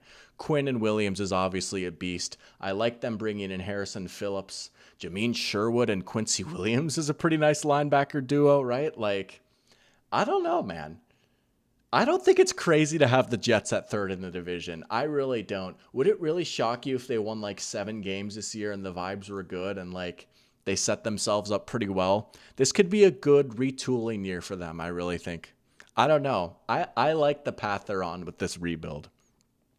Jack is saying the Jets have got to stop hiring defensive-minded head coaches. We've seen this song and dance time and time again, and offense has always been the problem. I don't know. I mean, let's say even they hired Liam Cohen, right? Do we really think that like Liam Cohen would like come in and like save the offense year one? Or could Ben Johnson come in and like save this offense, right? I like Aaron Glenn because I think he's going to build a freaking program there. I just like the way he talks. I like that he's a former player and he actually played for the Jets and he seems to have a genuine passion and care for this franchise. I like the hires that he made, right? Tanner Engstrand, their offensive coordinator, coming over from Detroit. Yeah, maybe if he's good, like 3 years from now, he gets poached. But whatever. They're laying the foundation.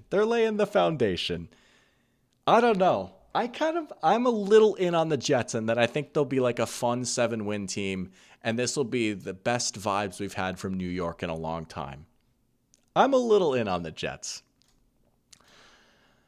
This is a team I'm not quite in on, to be honest with you. Again, this is not purely a talent thing. If you want to say the Dolphins are a more talented team than the Jets, I wouldn't hold that against you. Come on, man. We know what this team is. Yeah, maybe they almost had a winning record, even with the Tua injury last year.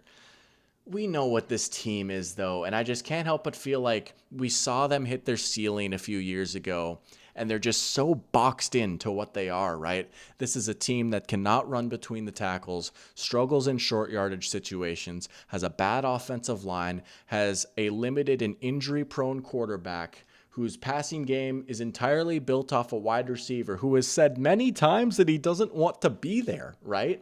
And who's, like on the wrong side of 30 now and is coming off a career worst year. I don't know. Henry's saying Mike McDaniel will be a nice OC for someone next year. Dude, he's going back to the 49ers. He's going to work with Kyle again. I truly think like a year from now, he's going to be Kyle's OC in San Francisco, right? Like, He probably has the hottest seat in the NFL. I mean, they are who they are, right? And I don't know. See, we could say that maybe they're not the least talented team in the division. Maybe they are, dude. I don't know. The offensive line, I'm sorry. And I know I've been really hard on this team, but the offensive line is horrible. The secondary is horrible, right?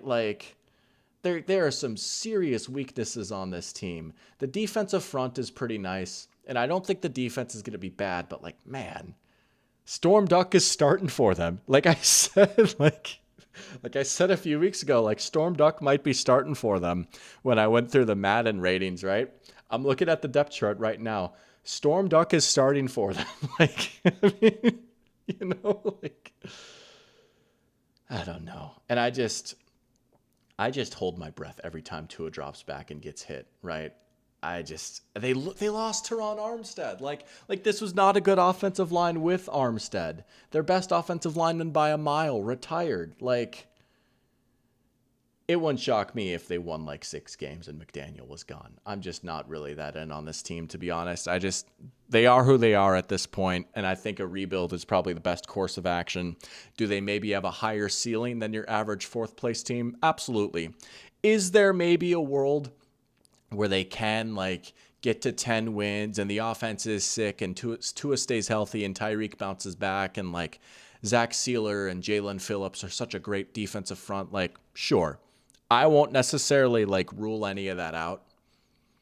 I feel I don't know. I wouldn't count on that. And I feel the floor is pretty low. So, all right. That is the AFC.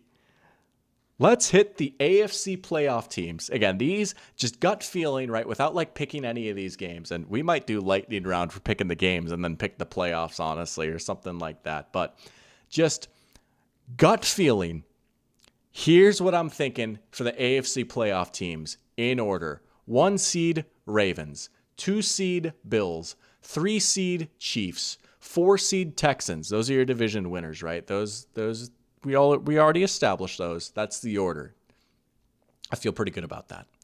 Here come the wild cards. 5 seed, Broncos. 6 seed, Jaguars. 6 seed, Jaguars. And 7 seed, Patriots. That is your AFC playoff field. Let's go. The Jaguars. I'm doing it again. I'm falling for it again. Let's go, baby. Gosh, I'm going to regret this. No, I'm not. Dude, they're going to be good this year. I'm so excited for Jaguars-Panthers week 1. All right. Oh, boy. Here we go. Here we go. Here we go. Let's do the NFC North. All right. I was clapping. I mean, I'll be giddy in a second, but first we got to do this. I was flirting with doing this even before Thursday happened. And then Thursday happened. Yeah, man, I don't know. I was already considering the Packers winning the division, and then they got Micah Parsons. I was considering the Vikings at 1 for a little bit, but it's the Packers, man. I gotta admit, this is a pretty good looking team, man. They have, I said this last week, right? When I was doing the whole like, no, Patrick, Micah Parsons isn't getting traded to the Packers. I was like, but if it did happen, then like they might be my pick to come out of the NFC. Well, by golly, it happened. I mean, come on, man. This was their biggest need by far. This was their biggest need, was they needed a legit pass rusher, right? What I was going to say about the Packers a week ago if I did this was, holy crap, Lucas Van Ness better be good. I'm a little worried about this defense regressing maybe, right? Even though I like the defensive coordinator and there's some nice pieces like, you know, the pass rush was really not all that last year. Like, man, Rashawn Gary better stay healthy. Lucas Van Ness better be good. They got Micah Parsons, dude. Like, at worst, the second best pass rusher in the NFL. It is insane. And he's such a versatile player too, because he has those roots as an off-ball linebacker, right? And you know Jeff Hafley is going to have some weird stuff cooked up for him, right? I mean, couldn't you just see a world where like it's 3rd down and they've got Micah Parsons and Edrin Cooper blitzing as linebackers, like double mugging the A-gap, right? Just like crowded up on the line of scrimmage, and they're both just ready to detonate on the center, right?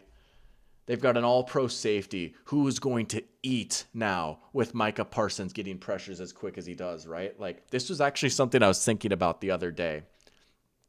Micah Parsons, and really any good pass rusher in particular, but isn't it crazy how, like, every corner that Micah Parsons has played with has had, like, a crazy interception season? Isn't it crazy that Trayvon Diggs has had all these interceptions when he's healthy? And then when Deron Bland came in, he had all these interceptions. Yeah, maybe it's because you've got, like, the fastest defensive lineman ever that's like getting all these quick pressures, right? See, and I love your attitude, Soren, right? Like I love the thinking, and the Vikings tackles are nice, right? But I got to be honest here. As Dr. Pigskin, I got to put the Vikings fandom aside. I got to be honest.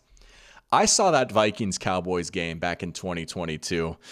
I saw Micah Parsons versus Christian Darrisaw. We all know who won that matchup, dude. I'm sorry. Micah Parsons absolutely throttled him, right? And maybe Darrisaw will be a little bit better next time around, but like, or was Darrisaw out for that game? Either way, Darrisaw's not shutting out Micah Parsons. You know what I'm saying? As good as Darrisaw is, and I love him, like, I don't know, man. You know. So the defense, like, it's crazy. Like, the defense ranked pretty highly in a lot of stats last year, and I was ready to say, man, regression candidate, because I worry about the pass rush, and they just relied too much on turnovers last year. It didn't feel sustainable. Now it does. Now it does. And the offense is good, dude. Again, I will scream it from the mountaintops. Jordan Love is a very good top 10 level quarterback who could have a monster season this year. Adding Matthew Golden to be a true outside receiver, be the deep threat, especially with Christian Watson being out, is a huge deal. Right? The offense has kind of a weird build. It doesn't have your typical build for what an elite offense would be, right? They've got a great offensive line and then like a star tight end and a great running back. And then like a quarterback who I think is really good, but like He's never had a 4,000 yard season, but like you can nerd out about his sack avoidance or whatever. It's not like a typical build for an offense. They've been good every season they've had Love, and they've got a really good offensive coach. I don't know, man. I think this is the best team in the division. I really do. We're going to get to the lines in a sec. Jack is saying still the Lions at 1. I don't know, man. I don't know. I know they lost. See, I'm going to save it for the Lions. But, yeah, man, I've got the Packers winning the division.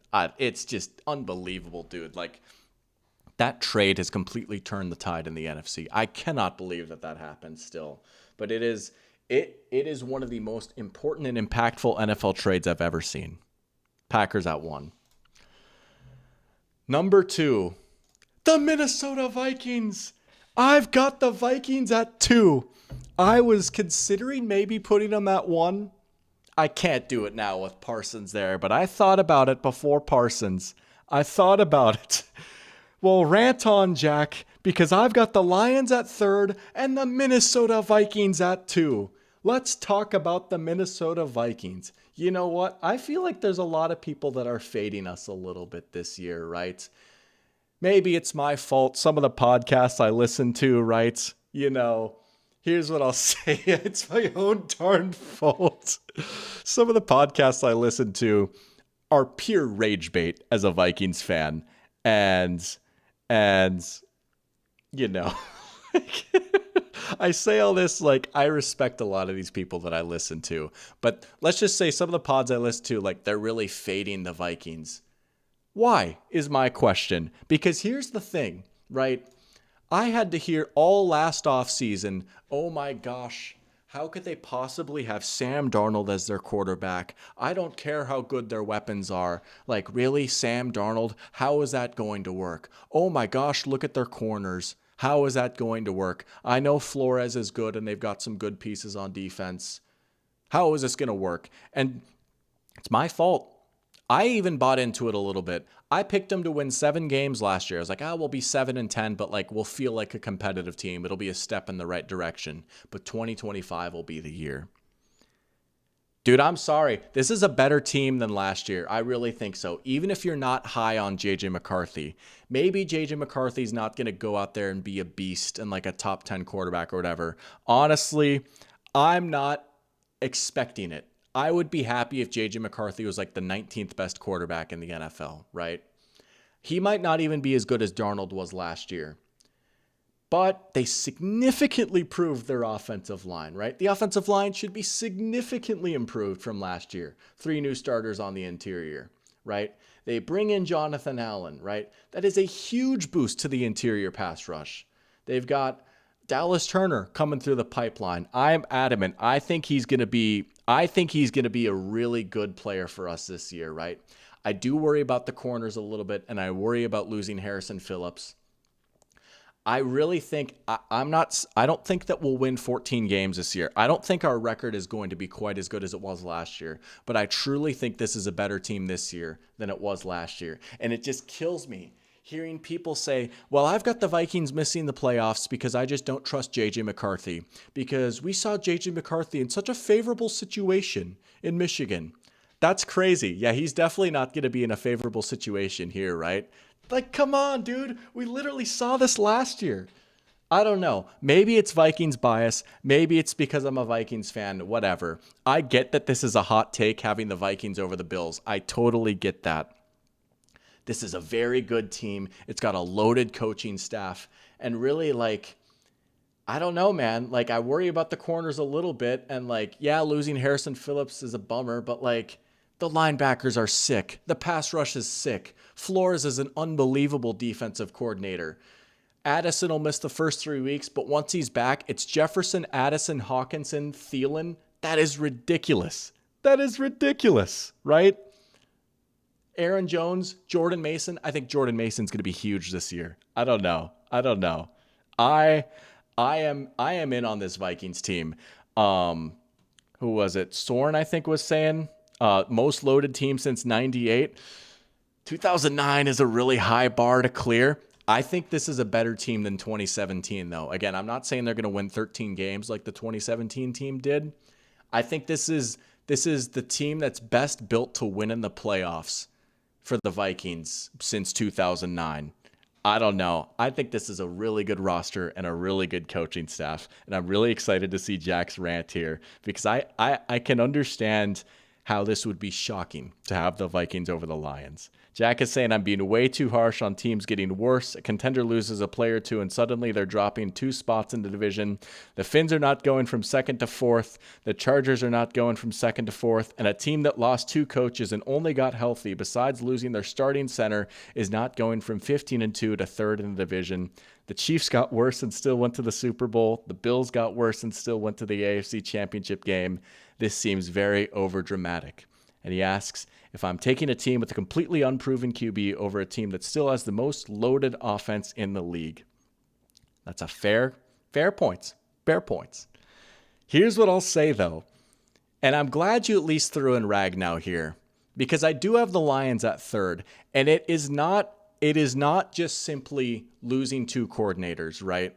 And like the brain drain is like, it is a big deal. I don't think it's like the end of the world. And this might be a little bit surprising because like even back in April before Frank Ragnow retired, I was saying like, I'm not too worried about them losing Ben Johnson and Aaron Glenn.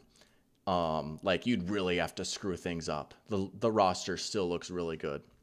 And that's all still true, right?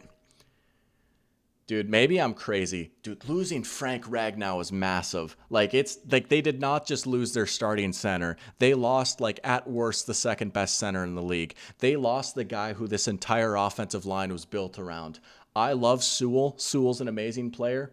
Ragnow was the heart and soul of that offensive line, right? I mean, you think about, like, everything that they did in pass protection, everything that they did in the run game, it all started because they asked Frank Ragnow to do just some ludicrous things, right? Again, I'm not necessarily like an expert in offensive line technique, but even I, a dummy, can see like, holy crap, how on earth was Frank Ragnow able to like hit that reach block? How was he able to get all the way over there that quickly on that running play, right? You look at the Sewell-Lane Johnson comparison that was posted in Lane's locker room, right? They showed the island rating difference. Lane Johnson had the fewest help, like the least help in the league. Penei Sewell was like 35th in island rate, right? Like he had a lot of help and he was able to like always get extra help. That's because they weren't leaving Sewell on an island. They were leaving their center on an island. That is ridiculous, right? And so before Ragnow retired, I would have said like, yeah, man, like, their new offensive coordinator, even if he's like 80% as good as Ben Johnson as far as like in-game play calling, right? There's a pretty clear formula as to like how this offense works, right? You just use the same playbook from last year. Maybe the trick plays aren't quite as sick, but like, how to make things work, right? Now without Frank Ragnow, I don't know, dude. Like, I don't know. It really changes things. It really does. And I say all this, they're in 3rd place. Spoiler alert, they're going to make the playoffs, right? This is still a double-digit win team. This is still a team with a lot going for them. They could still very well go on and win the Super Bowl. It could be a slight transition year for them, right? Because, Jackie mentioned like the Eagles lost Jason Kelce and won the Super Bowl with 2 new coordinators. But if we're going to bring up the Eagles, right? Like, what if they lost Shane Steichen, Jonathan Gannon, and Kelce retired in the same offseason, right?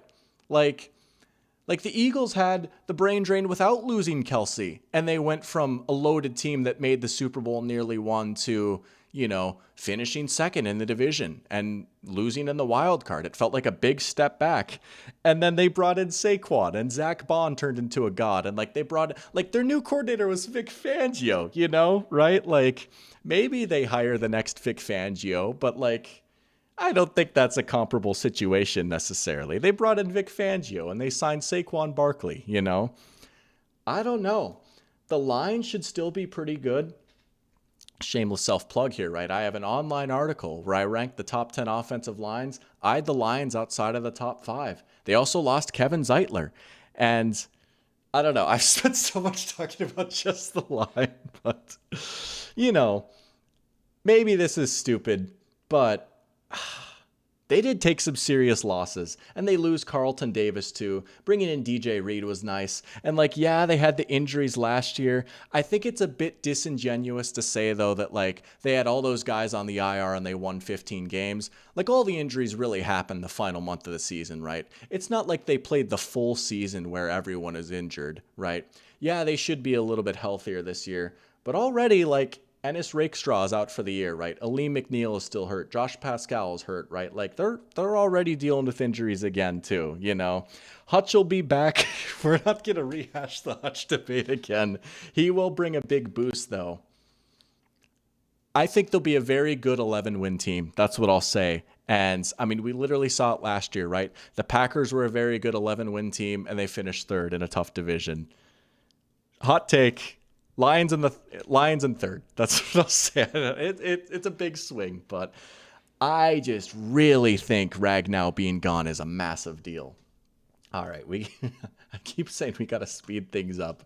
Chicago Bears. What I might end up doing, honestly, what I might end up doing is I'm gonna pick the playoffs. Like I'll like create the seeds. I'll like try and like make the bracket to match up my playoff predictions to save a little bit of time here. Because we also have award predictions we have to do too. But, all right. 4th place, Chicago Bears. I think they'll be a good 4th place team, honestly. I'm a little hesitant to go all in on like, oh my gosh, they're going to be amazing and they're going to win the division and go worst to first, right? But there is a lot to like, especially on the offense. I do think bringing in Ben Johnson is going to help things out a little bit. I do like the moves they made on the offensive line. I am still pretty high on Caleb Williams, and the receivers are looking pretty nice. I'm a little skeptical of the run game. I'm not a big DeAndre Swift guy, and I think this line is a lot better in pass protection than it is run blocking. And, you know, I've kind of alluded to this before, but I do wonder how much of this pound the rock, run the ball philosophy is Ben Johnson versus Dan Campbell, right? Because the Bears have not acted like a team that wants to pound the ball. I am a little worried about this defense, though. I don't know. It is crazy. Eberflus was certainly not a great head coach by any means, but he did honestly do a pretty good job with the defense. And they were noticeably worse when they lost Eberflus. And I like the Dennis Allen hire, but it's not like a super talented defense, if that makes sense. Like they've got a few good players. You could point out to like a good player at each level. Montez Sweat, you got Edmonds and Edwards, and then Jalen Johnson. But it's not a particularly deep unit. And I feel like overall, like this is a mid defense with a pretty good offense. They've certainly got a high ceiling. Like they have the ceiling of making the playoffs for sure. But I'm not going to necessarily go out and say, oh, it's going to happen. I think the defense would have to make noticeable strides. And I think like, I don't know. I do worry about them being a little bit one-dimensional in offense. I am a little skeptical of their run game. And again, tough division. Someone's got to be 4th, right? But this is a good 4th place team. The Parsons trade is particularly bad for Caleb. That is one thing to monitor, honestly. Caleb took a lot of hits and sacks, and while the offensive line was certainly not great, a lot of it was on him. A lot of it really was on him. He was holding on to the ball for a long time, man. His pressure to sack rate, if you're into that kind of thing, was pretty high. He does have some stuff he needs to clean up on his end, too.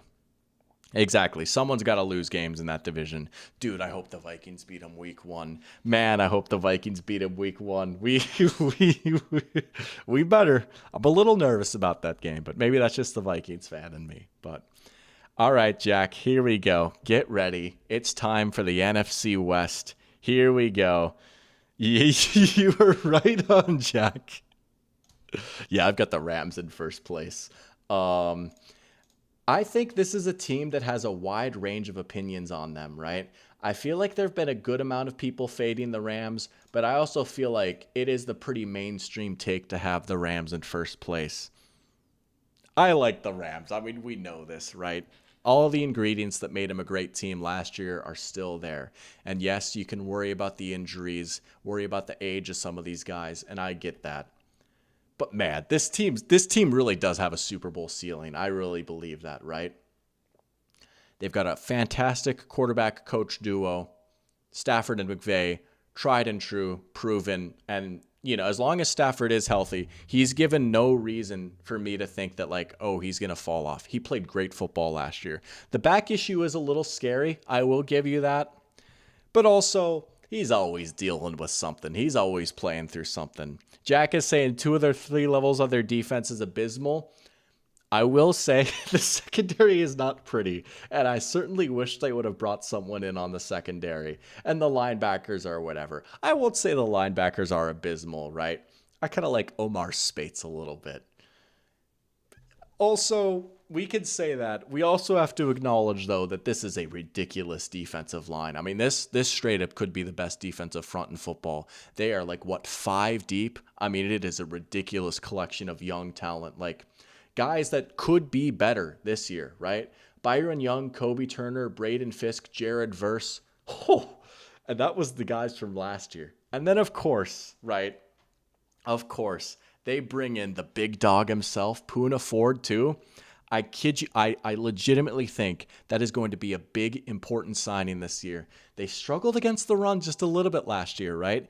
We think about their game against the Eagles in the playoffs, Saquon going off against them. He also went off against them in the regular season. I mean, even Brenda Song was saying, like, we got to stop the run, right? You want to stop the run. Poona Ford's a pretty good guy to go get. I think that was a fantastic signing. And I like Chris Shula, the defensive coordinator. They don't have necessarily like a ton of talent in the secondary or even in the linebacking core.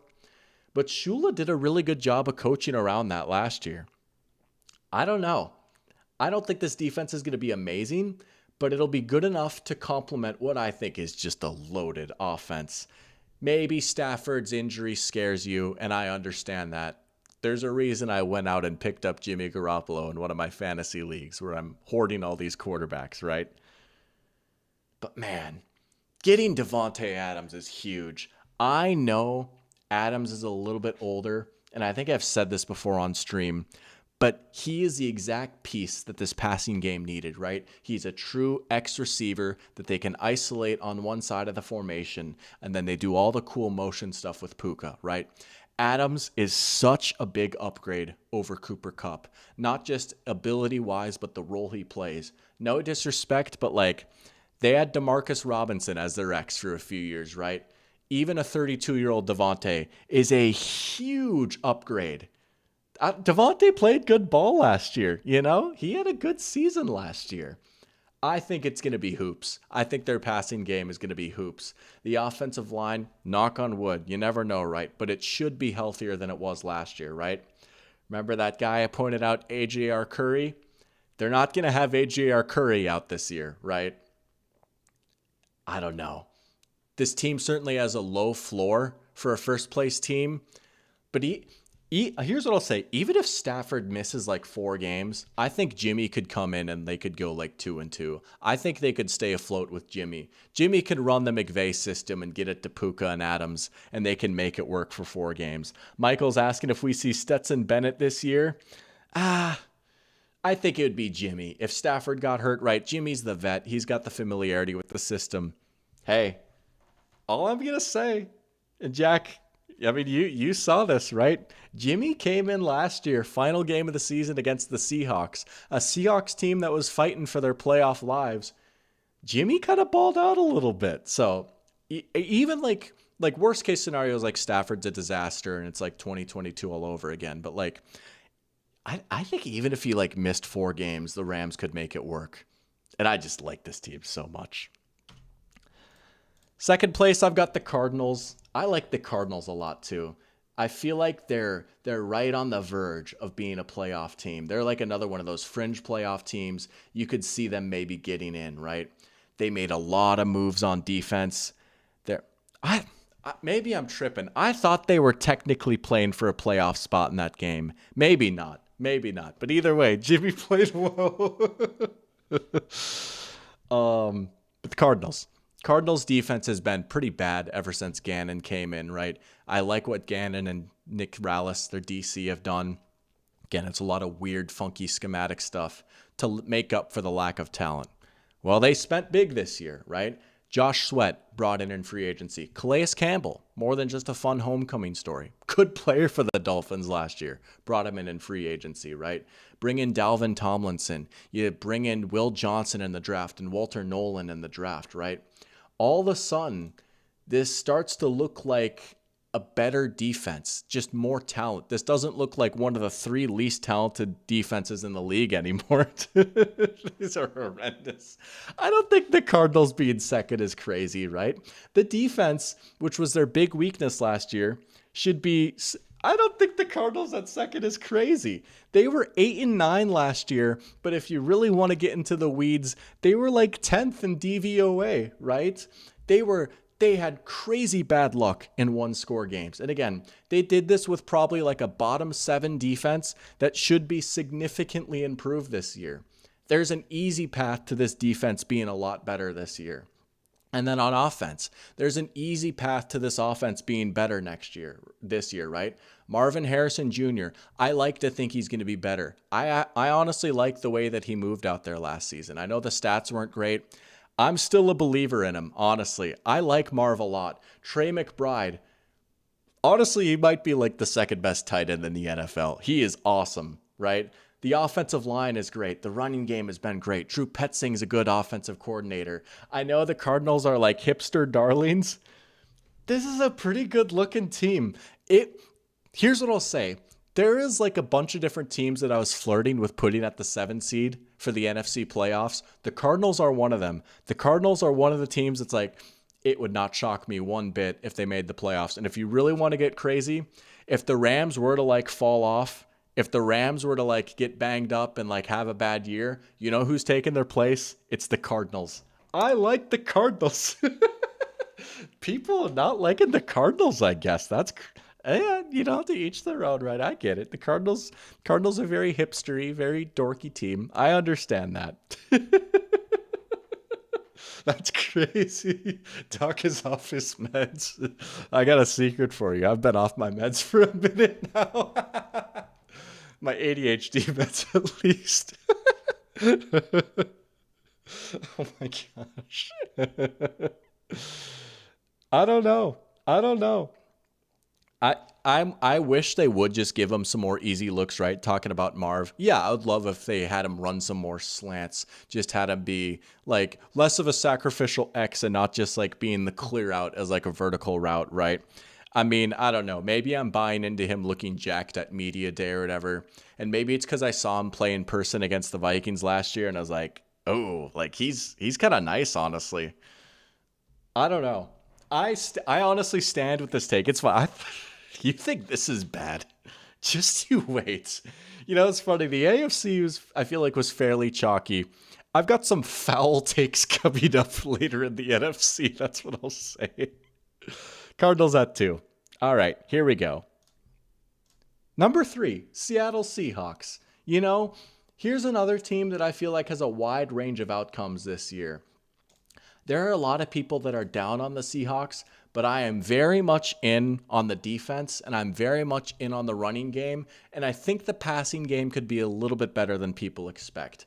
I do think they downgraded at quarterback and receiver this offseason, and from like a year-to-year perspective, that might look a little rough, but I understand why they did it long-term. Like, I'm not gonna hate that move one bit. Like, I see what they're trying to do, right? I like the Gray Zabel pick a lot. I really do. I think K9 is going to have a great year this year in the Clint Kubiak offense. I think the running game could be pretty good. And Darnold's going to be able to hit those play action shots. And JSN's a good slot receiver. I'm a little skeptical about Kupp, but Torrey Horton's there. We ball, right? They snuck in as like a top 10 defense statistically last year. I think they'll repeat it this year. Mike McDonald is a fantastic coach, right? There's always been a little bit of a learning curve with this scheme. They cleaned up the linebacker room midseason, and they started hooping. Big Cat, Leonard Williams, all pro. Byron Murphy, second. I think he could be a big breakout candidate this year. I love the secondary, right? How about Julian Love? Perennially underrated. Fantastic player. Witherspoon, all pro level slot corner, right? Boya Mafe, nice pass rusher. You know, This is a great defense. This is a really good defense. And I wasn't the biggest Nick Manowari fan coming out of the draft, but with Mike Macdonald, I see the vision a little bit. With Mike Macdonald, I do see the vision a little bit. And Kubiak should be a big upgrade over Grubb, to your credit, Jack. And they did go 10-7 last year.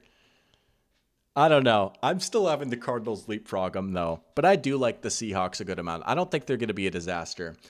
I do like the moves they made on the line. Zabel should be nice, and I like the tackles.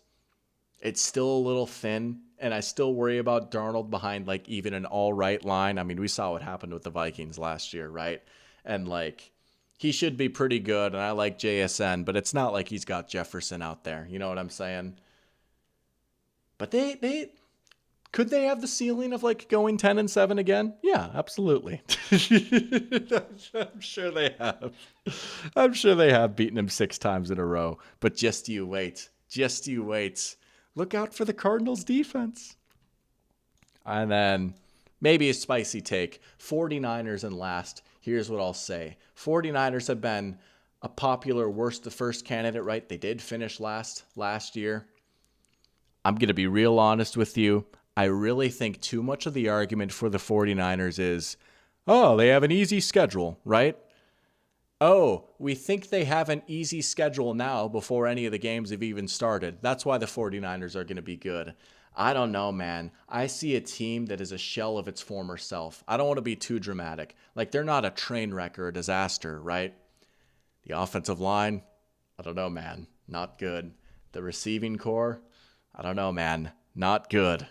Christian McCaffrey's health, I don't know, man. Not good. Brock Purdy, all right. I'm not going to say not good, but I don't know, man. Do we really think he's going to just, I thought he was all right last year, but I almost feel we overcorrected a little bit too much. And it was wow, he threw the ball downfield last year and had less yak. So therefore he's actually really, really good. It's I think he's been the same player the whole time. Just how he's played has changed a little bit because the system has had to change because the Avengers are no longer there. And then, the defense, that's secondary. I don't know, man. Not good. It's really Fred Warner and Nick Bosa kind of carrying the defense. And I like the Michael Williams pick a lot too, but holy crap, man. That defensive roster is not really that promising. I honestly feel this is a talent thing. They still have some high-end talent. I still love Kittle, obviously. Ayuk will be back soon enough, and he's nice. And maybe Pearsall's a breakout candidate, and Juwan Jennings is pretty good. It's not like they don't have any good players, but I honestly think this is the 4th most talented team in the division. Lenoir's pretty good, but what else? What else? Having one corner is nice, but you could just pick on some of these other guys, Fred Warner taking away the middle of the field is going to help a lot. I'm not super high on this team. It wouldn't shock me if they went back-to-back last place. Let's do the NFC South next. Cruise it a little bit more, right? It's 10:01. We're making progress. Lenoir is pretty good, though. That's a good call. That is a good call. Game Solved is asking, do I think CMC comes back? I mean, I think he'll play, right? He'll at least play, but I don't know, man. He played a few games last year, and he just did not look the same. He did not look nearly as explosive. And you think about all the issues that the 49ers offense had in the red zone without CMC last year, right? Not just what he brings as a runner, but as a receiver. Having such, an amazing option out of the backfield as a receiver. I think if he loses a step, right, that goes. He's not as explosive of a runner. That changes a lot. For a team that already feels pretty top heavy, you lose one of the top guys, or at least see him take a step back. Michael saying, here we go. Let's see some spicy takes. Well, we've saved the best for last. NFC South is a little spicy. A little. We've saved the best for last in the NFC East. That's what I'll say. This one's not as spicy. I've got the Bucs winning the South. This is just such a well-run organization. This is such a good team. And this is going to sound crazy hypocritical. And you know what? Jack, you can clown on me for saying this. You have every right to clown on me for saying what I'm about to say. But I'm gonna try and defend myself. Jack's actually headed out. That's tough. Well, the Bucks lost their coordinator on offense, right? But that was honestly about it. They've got a sick offensive line. Their receivers are nice. Godwin's health is up in the air, but like even when he's out, Evans Ekbuka is pretty solid. No McMillan either, but that's pretty solid. This is a well-balanced offense. I do worry about the defense a little bit, but I think it's pretty fair to say like this is still definitely the most talented team in the NFC South. I don't know, man. Like I struggle to see how they really get that much worse. And Antoine Winfield Jr. is healthy again. That's a big deal. That'll probably help their pass defense a little bit. They did get picked on through the air a little bit last year. Hassan Reddick is someone to watch, right? Like he's a little bit of a reclamation project, right? Maybe new environment. He bounces back a little bit, even if he gets like 7.5 sacks. Like that'll be pretty big for Tampa. Henry's asking a question. Did they do enough to improve the defense that allowed Kirko to drop 500 yards? Again, like the pass defense was a little bit of a problem, but Winfield coming back, playing a full season would be pretty big, I think. And I don't know, Reddick could improve the pass rush a little bit because their 4-man rush last year was pretty rough. I don't think their defense is going to be amazing, but I do think their offense is going to be cooking, even without Cohen, which again, I know it's stupid for me to say that and then fade the Lions. But again, I'm honestly fading the Lions more because of losing Ragnow and Zeitler than I am losing Ben Johnson. Oh, man. I might have an egg on my face for the Lions take, but whatever. I truly believe it. I'm going to stand on business. But this is not a perfect team by any means. I'm not going to call the Bucks like a true Super Bowl contender. They're probably more of a tier 2 team, but there's a lot to like. There is a lot to like. Health will be big. If they could be a little bit healthier, I mean, being without Wirfs for like 4 games potentially could be a big deal, but the line is pretty good outside of him. I've got the Bucks still winning the division. Game solved prediction is Bucks 1, Panthers 2, Falcons 3, Battlehawks 4, and Saints 5. I didn't throw the Battlehawks in there, but maybe I should have. Welcome, Elena, saying Skol to last place. Maybe. I think you might have said something about ADHD too, actually. All right. Second place. Oh, no. The Carolina Panthers in second place. I did say I've cooled down on the Panthers a little bit, and here's what I mean by that. I may not necessarily have the Panthers as a playoff team, as I did, maybe even a few weeks ago. There's been some health scares with Nick Scorton, and they traded away Adam Thielen, and now Jalen Coker's going to miss some time. Those are big deals. Those are big deals that might limit this team a little bit. Henry saying boo.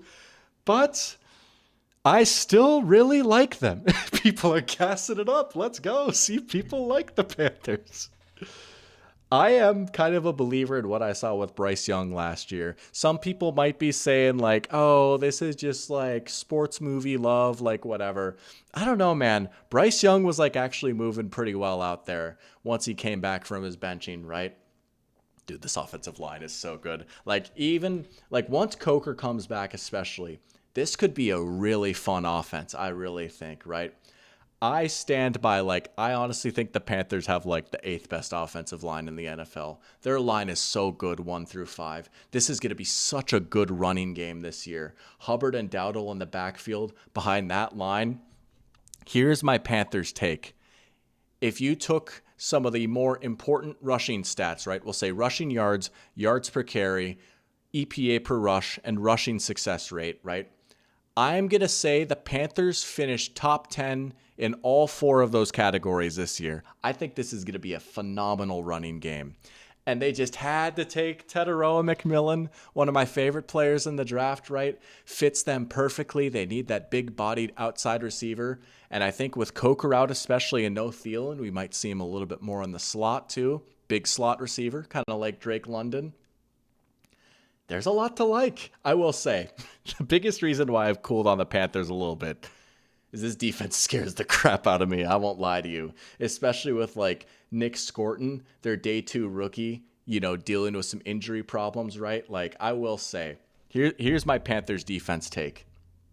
I think this is going to be a great run defense this year, right? Elena's saying, isn't Brown coming back? He is. Derek Brown being back is huge. They were horrible, like legitimately, like historically bad against the run last year without Derek Brown. They also bring in Bobby Brown and Tershawn Wharton, right? 2 guys that I've kind of nerded out about a little bit. This is a nice looking defensive front. I really think they're going to be a tough team to run the ball on. I really like the defensive front. I like J.C. Horn as a corner. I will say the corners outside of him scare me, and he does have injury concerns. And I will say the pass rush scares the crap out of me, dude. I don't know if they're going to be able to get after the quarterback. I liked Scorton coming out of the draft, but he's dealing with like a lung injury. That scares me a little bit. So I don't know. They're counting on like day 2 rookies, and then they've got DJ Wanham and Pat Jones as their edges. That limits them. That might keep them out of the playoffs, if I'm going to be completely honest, right? And it just like it sucks that Jalen Coker got hurt because I really, really like him, and I really wanted to see him get a bigger workload with Thielen out. So that being said, I still have him in second. I will say I still have him in second because I just can't help myself a little bit. Kaden is saying that Parker just made an Anthony Davis build. Okay, let's go. I actually made Arthur today, and he also got an Anthony Davis comp. So we might be having the double AD build. Let's go. But all right, 3rd place. Sorry, Henry. Mate, this one could age poorly too, honestly. I do have the Falcons in 3rd place, though. This team honestly might have like the widest range of outcomes of any team in the NFL this year. And if you're a Falcons fan, I don't want this to be taken as like, don't get excited about the Falcons or anything, right? There is plenty of reason to be optimistic and hopeful for the Falcons this year. And once we get to my award predictions, it's going to be pretty funny thinking that I have the Falcons 3rd in the division. Here's what I'll say though. I do think this team is a little imbalanced and maybe a little bit more style than substance. And there's just a lot that concerns me about this team. I'm going to be real with you, man. I'm still pretty worried about this defense. I like the idea of doubling up on edge, right? Because they just haven't been able to get after the quarterback for years now. And I do like Jalen Walker a lot. I was not a big James Pierce Jr. fan. And I think one thing that concerns me a little bit with Walker was, when he got drafted, I was like, okay, nice. Like, I feel like Raheem is going to have a good plan for him. He's a little bit of a unique player. He's a bit of a tweener. Like, you got to balance him between off-ball linebacker and edge.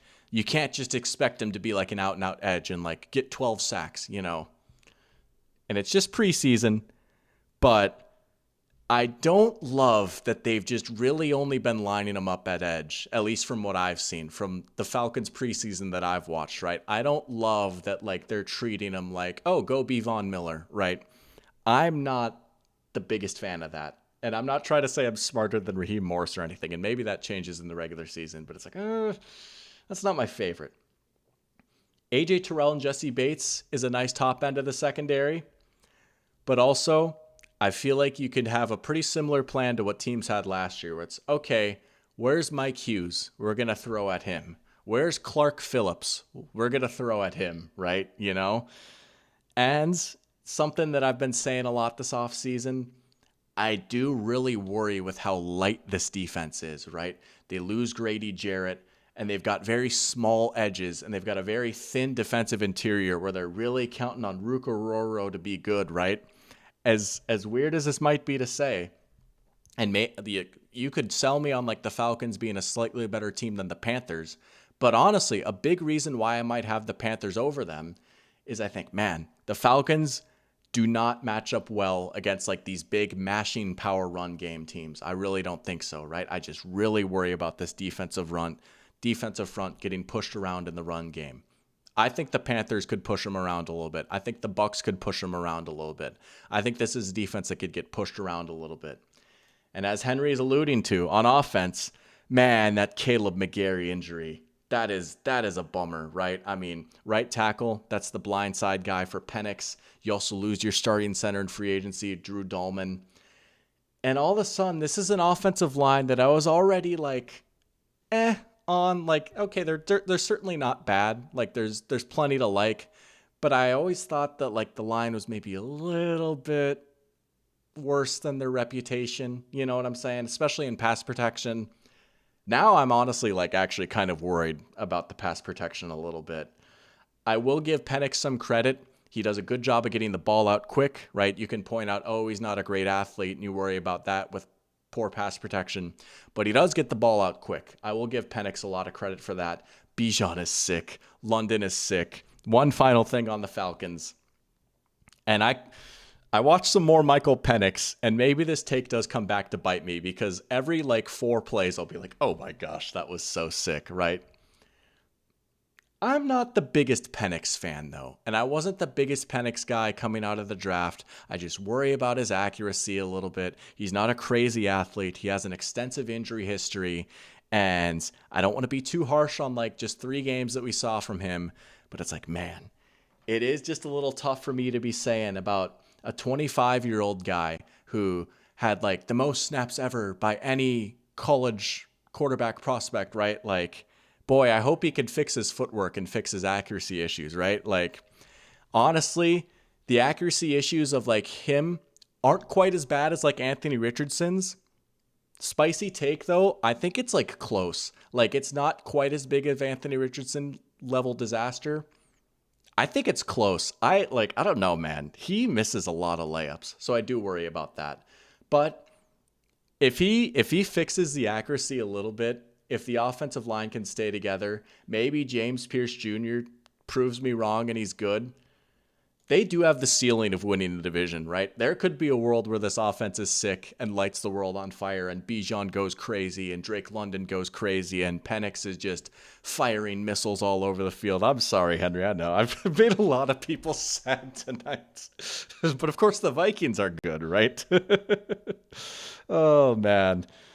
You know what? I hope that optimism stays with you though, Henry, right? Week 1 is going to be interesting. Week 1 is going to be a fascinating game. I challenge you to retain the fearless optimism. Life's more fun that way. That being said, I've got them finishing 3rd. Saints in 4th. I won't spend too much time on this. I mean, it's pretty obvious where this team is at, right? They're rebuilding, kind of. Not really, but kind of. Spencer Rattler is starting. Let's go. The agenda, right? Let's go, Spencer Rattler.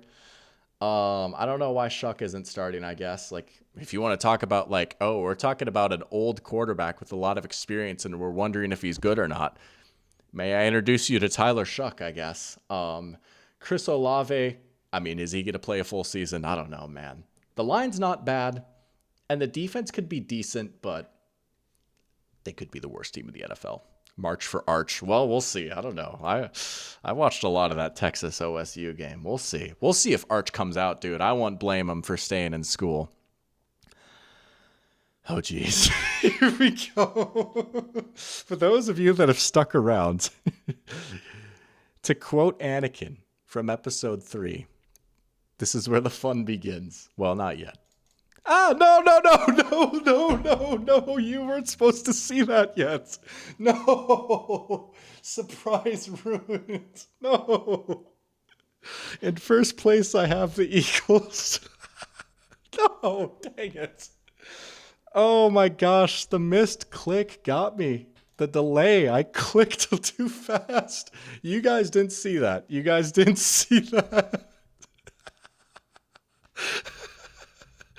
I've got the Eagles in first. Pretty obvious why. They're a good team. They won the Super Bowl last year. And everything that made them good is still there. I mean, Vic Fangio is still there. I don't have much to say about the Eagles. I will say, if you want one thing to maybe worry about for the Eagles, their 4-man rush might not be quite as good this year. Losing Josh Sweat is something worth noting. And Milton Williams, right?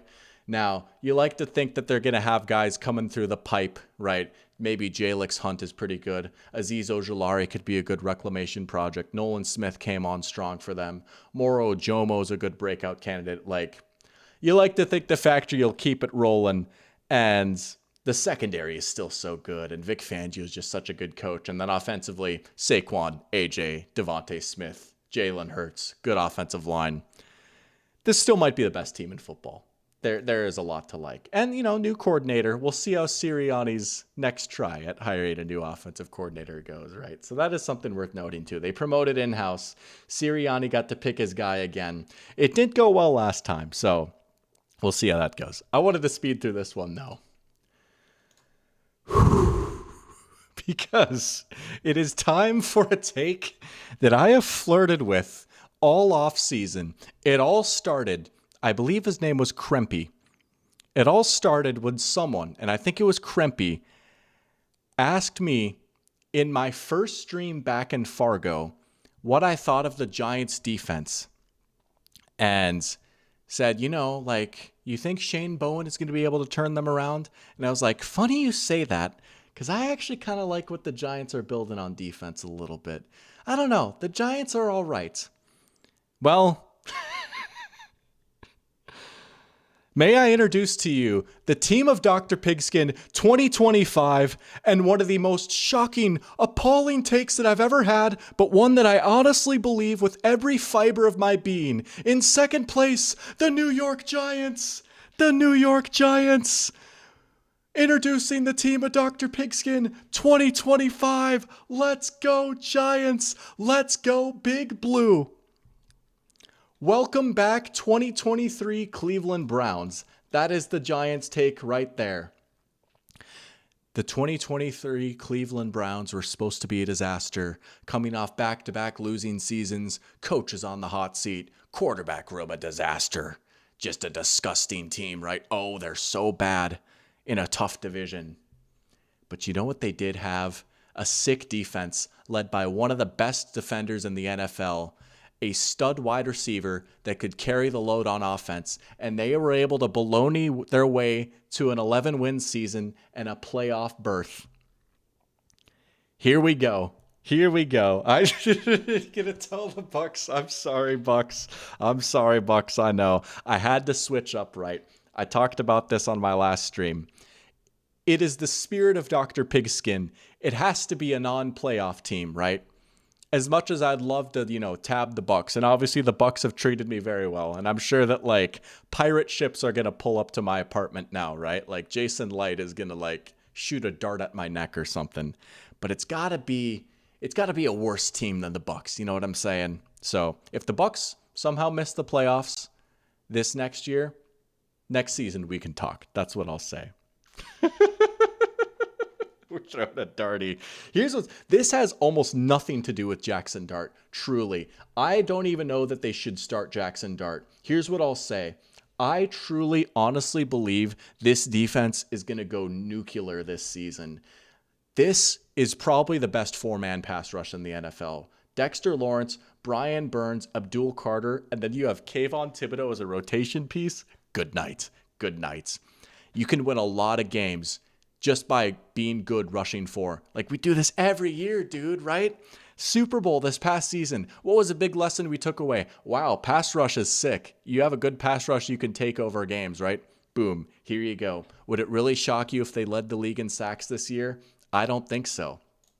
I love the moves that they made in the secondary. Javon Holland is like a top 10 safety. Love bringing him in. You can put him in the slot. You can play him in the box. You can blitz him. He can play deep. Fantastic player. He's going to be awesome for them. Tyler Nubin, their other safety out of Minnesota, had a great rookie season last year. Paulson Adebo, good signing. Here's what I'll say to kind of tie into my Micah Parsons point, right? Pass rush and secondary can kind of play off each other a little bit, right? Is Paulson Adebo a perfect player? No, but he is a pretty good corner. If you had to give him a grade, I'd say he's a good even B corner. But he's an A+ guy at playing the ball, right? Few players have more interceptions and passes defended than Paulson Adebo in his career, right? Fantastic at playing the ball. I love the idea of putting one of the best ball hawks in the NFL behind just a nasty pass rush. Would it really shock you if Paulson Adebo had like 8 picks this year? Drew Phillips is a great slot corner. I swear to you, dude, this defense is going to be ridiculous this season. And then on offense, believe me, it is not perfect, right? I'm honestly not huge on Jackson Dart. I think they should just start Russ, honestly. But like Dart will probably play at some point, right? The line is not great. It's not a disaster, but it's not great by any means. Malik Neighbors is so good. Like, I'm so for real. You know, I compared the Giants to the Browns and said, like, oh, the Browns had Amari Cooper carry the load on offense and, like, they made it work with just him. No disrespect to 2023 Amari, who had a great season. Neighbors is just different, dude. Neighbors is so good. And his skill set is uniquely handled to, like, thrive in a bad offense because he's so good at winning downfield and like saving a drive with a 50-yard catch. He's so good after the catch that like you can drop a little screen and he can take it to the house, right? I truly think like they can at least be like a tolerable offense if they just give Neighbors like 12 targets a game. I really think if this offense could get to like 22, 23 points per game, they're going to win a shocking amount of games. I'm in on the Giants. Here we go. Third place. Even after the events that transpired last week, the Dallas Cowboys. This is just pure rage bait at this point. But it's not. I actually believe this. Dallas Cowboys third place. Is their defense going to be stinky without Micah Parsons? Probably. I don't love it. I don't think it's going to be like the worst defense in the league by any means. You know, there's still some guys I like on there, right? They've got some ball hawks in the secondary. Granted, they might not be quite as crazy without Micah Parsons. I like Donovan Ezeraku a lot. Kenny Clark is a little washed, but like, no disrespect. He's better than Mozzie Smith, right? I do actually still need to make the Pick'em League. Thank you for the reminder. I will make that and put that into Discord. This offense could be really, really good. I really like this passing game. I like the moves they made on the offensive line. I think Dak is going to go crazy this year. I love the George Pickens addition, right? He and CD complement each other personally, right? I was not bribed to say this. Before they traded Micah, I had the Cowboys in second. Now I have them in third. I don't know, man. Like, are they going to get stomped by the Eagles on Thursday? Probably, right? But the passing game could be really good, and the defense, if it's not a disaster, they could win like 8 games. I know, Cowboys over Commanders. All right, we're gonna end it with the Commanders in fourth. I know, dude, and everyone probably thinks I'm a Commanders hater because I had them being the worst team in the league last year, and they clearly weren't, right? And now I've got them finishing last after making the NFC Championship game. I'm going to make this short and sweet because I've kind of given this take already a little bit. Here's what I'll say. I think, not to be the fun police, but I really do think this is a prime candidate for regression. I'm sorry, man. This defense is not good. They were not good last year, and they really didn't make any notable addition. If anything, right, they got weaker, losing Jonathan Allen and replacing him with Javon Kinlaw, right? The offense, I think, got a little bit thinner. I do like the addition of Laramie Tunsil, but like, you know, they lost some guys in the receiver room. Are we sure that Deebo Samuel is going to be an upgrade? Like swapping out De'Ami Brown and Olamide Zaccheaus for Deebo Samuel. This might sound crazy. I think that's a downgrade. And there's just so many things that like might not bounce their way this year. This was the greatest fourth down offense ever last year. They converted on like 85% of their fourth downs. If that goes down to even like 70%, which still would like be close to leading the league, right? Like that could not bounce their way. I still worry about the offensive line a little bit. And I don't know. Like this just does not scream like an amazing roster to me. I think that things are going to not bounce their way this year. They're in a tough division. I don't know, man. We'll see week 1, I guess. They play the Giants, right? I don't know. I know I made this one quick for such a spicy take. I am trying to speed through this because we have to do the awards. We're going to hit those quick, and then we're going to do the playoffs. We're going to sim to the playoffs for this, honestly. we're not going to go game by game. I'm going to be real. It's 10:27. We're not going to do all that. But this somehow took longer. I don't know. This somehow took longer. But yeah, the NFC East is my spicy division this year, I guess. This could age horribly. I recognize what I'm signing up for here. That's just how it is. All right. Oh, my gosh. Playoff teams. All right. Eagles, 1 seed. Rams, 2 seed. Packers, 3 seed. I might swap those, honestly. I might do Rams 3. Rams 3, Packers 2. But Packers being in a tough division. No, I'm going to stick with that. I like that. Bucks, 4 seed. Vikings, 5 seed. Lions, 6 seed. And Giants, 7 seed. Screw it. Giants, 7 seed. If you want a shocking, appalling playoff team, there you go. All right, award winners. We're going to try and make this quick. MVP, Lamar Jackson. Didn't get it last year. Honestly, probably should have, right? Maybe like voter fatigue is going to help him or whatever. I have the Ravens as the number 1 team in the NFL. For my money, I honestly think Lamar is the best QB in the NFL. I see no reason why he won't have another insane season this year. If he goes off and the Ravens get the 1 seed, I think he's got a great shot to win it. I really do, right? It's pretty obvious, what it takes to win this award. You have to be a good QB on a good team. This is a very safe bet. Here we go. This one, I will say most of my awards picks are pretty chalky. This next one, there's a few different guys I thought about for this, right? I thought about some of the backs. Maybe Saquon goes back to back, but you worry about like him just getting fewer touches, stuff like that, right? Maybe Gibbs goes crazy. I wouldn't rule that out necessarily. Maybe Derrick Henry gets one, even at like an old age. I wouldn't rule that out.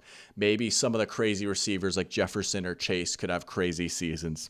Here's my craziest award prediction, and this is going to sound hilarious given where I had this team finishing in the division. Offensive Player of the Year,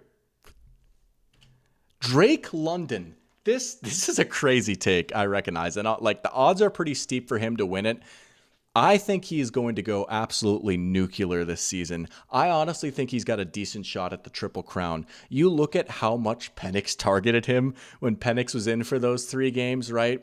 You look at how well the Falcons have used him, using him in the slot so much, giving him all these easy looks, right? He had career highs across the board last year. Most of the games were with Kirk throwing wobblers. I kid you not, it would not shock me if Drake London had 150 catches this year. I think he's going to go absolutely stupid this season. It's funny because like if you told me like, oh, like a Falcon is going to win Offensive Player of the Year, like I feel like Bijan Robinson would be the logical pick, right? And I still think he might be like slightly better than London. But I think London is like almost just as good of a player, but he is in such a crazy setup this year. Like he is going to get fed the rock, right?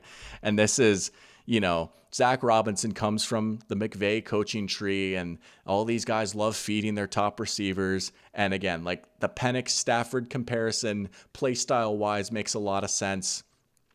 17 games of Penix London buddy ball.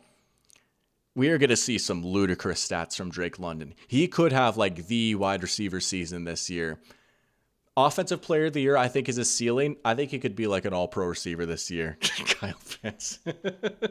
I am. Oh, dude. Yeah. If London's there at 13, take him, dude. Like seriously, like I would take London like stupidly high in fantasy. I think he's going to go bonkers this year. I really do. All right. Defensive Player of the Year, Micah Parsons. A little bit more of a chalky pick. I had him as my depoy, even when he was with the Cowboys. Honestly, I feel even better about that with him on the Packers now, right? Again, I think for as good as he's been with Dallas, Jeff Hafley is going to cook with him. Like, they're just going to do so much weird stuff with him. I could see him having a career high in sacks. And I think, like, he's never won one, so he feels due. And if the Packers defense stays good, he's going to get the narrative bump too. Phenomenal player.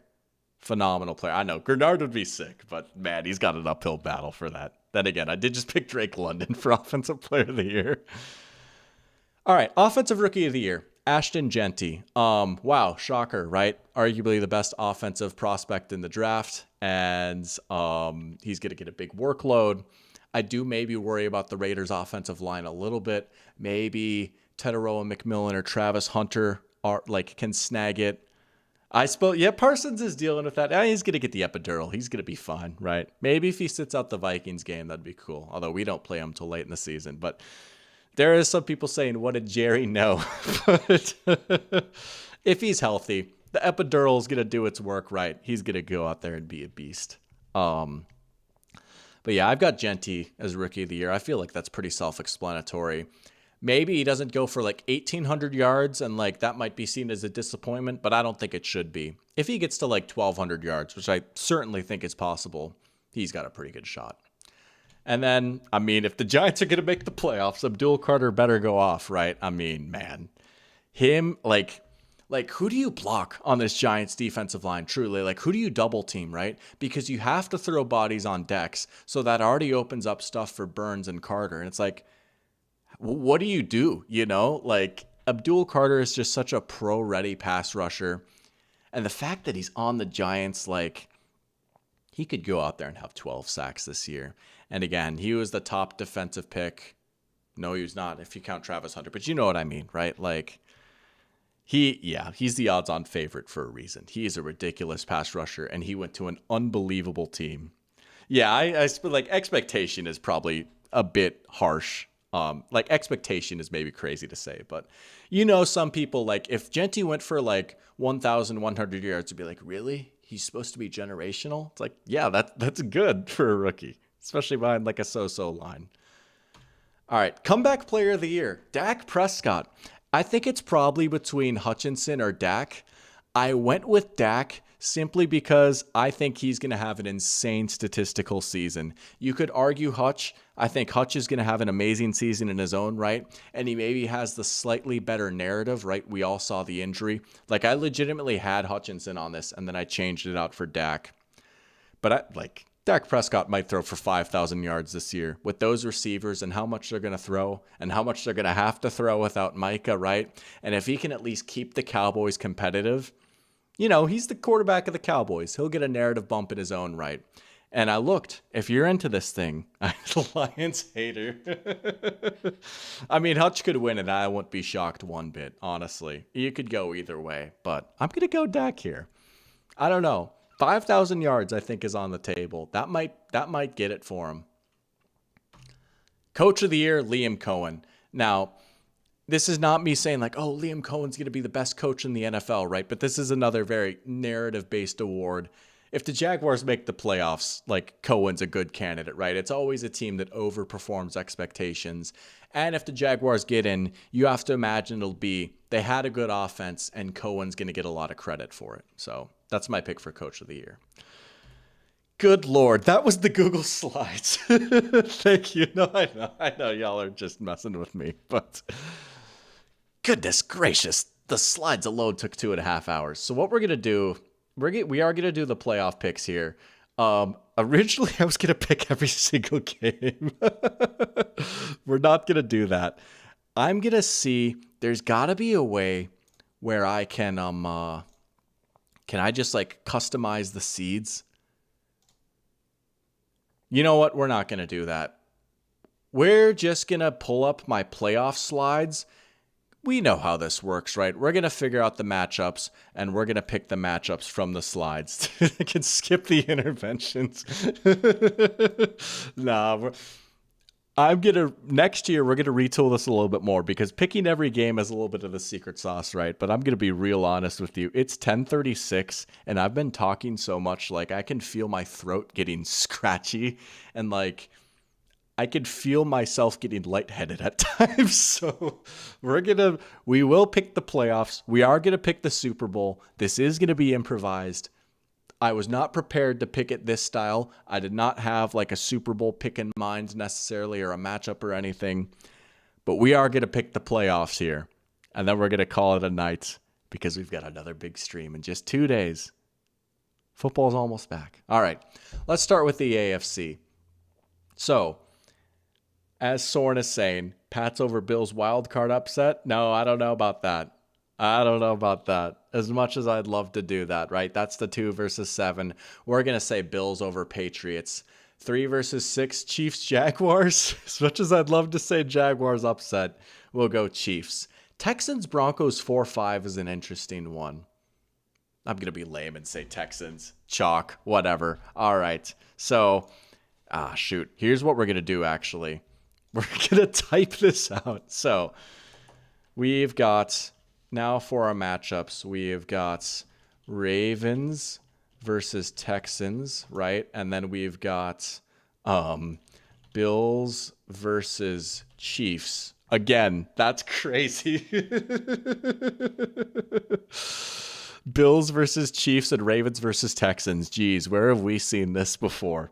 Soren says Chiefs not making past the divisional. Hot take. That's crazy because I have that same exact take. We're going to say the Bills beat the Chiefs and move on to the AFC Championship game. And for the first time in Patrick Mahomes' career, the Chiefs fail to make the Final Four. Ravens versus Texans, we're going to be chalky and go Ravens here, which brings us to Ravens-Bills with a chance to go to the Super Bowl. The ghosts of Mark Andrews' drop and the fumble haunt the Ravens from the previous matchup. But this time, the Ravens get it done. Finally, for the first time in the Lamar Jackson era, the Ravens to Super Bowl. Ravens to Super Bowl. I won't lie. I kind of had that in my mind the whole time. But we've got the Ravens making the Super Bowl. Let's do the NFC now. NFC. We've got the Giants versus the Rams. Giants upset? Nope. We're going to have the Rams. 6 versus 3, Packers versus Lions, a Vikings fan nightmare. They say the doc is a Lions hater. But would a Lions hater have him beating the Packers? Lions beat the Packers. History repeats itself. All right. Now we've got the 4 versus 5. This one is crazy. Bucks versus Vikings. And the Vikings go on the road and get it done.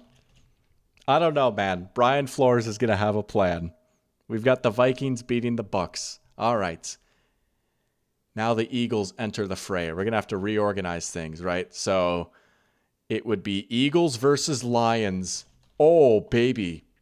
And Vikings versus Rams. A rematch of last year. Oh, Lord. Oh, Lord. Oh, Lord. That's crazy. I said I had the Packers coming out of the NFC. And then I got them first rounded. Oh, well. Eagles versus Lions. Vikings versus Rams. Oh, Lord. Oh, boy. We're going to have the Eagles beat the Lions. And we're going to have the Vikings beat the Rams. It's Eagles versus Vikings again in the NFC Championship game. Oh, my goodness. Oh, my goodness. It's 2017 all over again. The Vikings have the chance to redeem themselves, to go on the road to Philly and punch a ticket to the Super Bowl. Can they do it? Can they redeem themselves after falling short? No, they can't. They lose. They lose. No. It's Eagles versus Ravens in the Super Bowl. The Eagles have the chance to go back-to-back. The Ravens have the chance to finally get over the hump. And my official pick for the Super Bowl this year, Dr. Pigskin's official pick to win the Super Bowl is the Baltimore Ravens. The Baltimore Ravens. At the Bird Bowl, the Ravens are the champions. Finally, Lamar Jackson can kiss the Lombardi and kisses all of the playoff doubts goodbye. This is finally the year. I said I wouldn't fall for it again, but I did. In the end, I did. I think this is the best team in football. Maybe I'm going to be burned again, but I really think this is their year. Baltimore Ravens are my Super Bowl pick. Oh, holy crap. It is 10:42. Man, that was a blast though. Again, I always have a blast doing this. This is always so much fun. Y'all can feel free to get your clips in, get your receipts in, right? Some spicy takes. I feel like this was one of my spicier year for takes, which is funny. Someone in chat was saying, like, for all the craziness in the NFC, I think I only swapped out one playoff team. But that is it. That's your predictions right there. Football's almost back, man. I'm so freaking excited, dude. We've got a game in 2 days. You best believe we're going to be going live for that. Cowboys versus Eagles. The Dr. Pigskin game streams are going to be back. The Pigskin pregame is going to be back. Man, I'll have a full community post. I'll post in Discord about the full stream schedule, what to expect for this season. But, you know, for those that have been following this channel for a while, you guys have a good idea of what to expect at this point. It's going to be more the same as far as the streams front goes from last year. Before I go, though, I do want to share a little announcement. I am launching my very own website, doc.com. It's up and running as of today. I've been building it for a while now. I'm going to switch my screen here real quick. Here is doc.com, a football blog featuring a few of my old written pieces from footballanalysis.com, as well as my first original piece for doc.com. This is a new and improved, revamped website. I've had a lot of fun getting to write for Football Analysis for the past couple of months to share something that's kind of been going on for a while now. Long story short, the website that I was writing for, footballanalysis1.com, unfortunately shut down a couple of weeks ago. I actually found out about it literally minutes before I went live a few weeks ago. So that is kind of a bummer. I don't want to say I got laid off because that feels weird. Just like the site is no longer able to run. I won't necessarily go into specifics. I don't know the full details of it, but instead I've decided I'm going to make my own website, take what I've learned from the past few months and really try and put something into it. So I recommend you guys go check out doc.com.blog. Going to be having, writing about football, right? Hot takes, fantasy advice, stuff like that. But we're also going to be getting some personal writing, right? Stuff on my perspective as a Vikings fan, thoughts on fandom, thoughts on coming of age and finding identity and chasing my dreams and stuff like that, right? This is me. This is a big passion project of mine. So this season, you can expect doc.com, stuff posted on here, live streams, new video coming soon. That's in the works. I'm excited for that. I'm almost done writing that. There's some other stuff, and I keep alluding to this. There's some other stuff on the job front that I'm literally not necessarily allowed to talk about yet. And I also don't want to jinx things, but once I have an update for that, I will share with you that. But you can expect a new video soon, new website, and a big hefty season of live streams. So that was a big announcement I wanted to share with you guys before I signed off. I'll send the link in Discord. I've got the link in my bios across all my different profiles and all that good stuff. Or you could just go to doc.com.blog. First piece up, and we got another one coming up here in a few days that I'm pretty excited to share with you guys as well. So with that being said, that's all I've got for today. I appreciate that. I appreciate you guys hyping me up there. I'm glad you guys like that. Glad you guys like the way that it's looking. We do have I'm glad you brought that up, Pearchamp. We do have the Dr. Pigskin Fantasy Draft tomorrow. We've got 9 people currently in the league. I've got it set for 14 spots, so if more people want to join, they can. If not, we'll just cut the league size down and figure things out. But we do have the Dr. Pigskin Fantasy League drafting tomorrow too. I'm super excited for that. And yeah, any of you guys that are interested in joining, I'm going to force you to join the Discord, I guess, right? But there is the link posted in Discord. But that should be a lot of fun too. I'm excited to play fantasy with you guys this year. And then I'll be dropping the link for the Pick'em Challenge probably sometime tomorrow too. We'll get that set up again. But I appreciate that. I love you guys. That was a lot of fun. Next time I see you, it will be time for football. Next time I see you, there will be a game on. With that in mind, sleep well and have a good night. Let's go.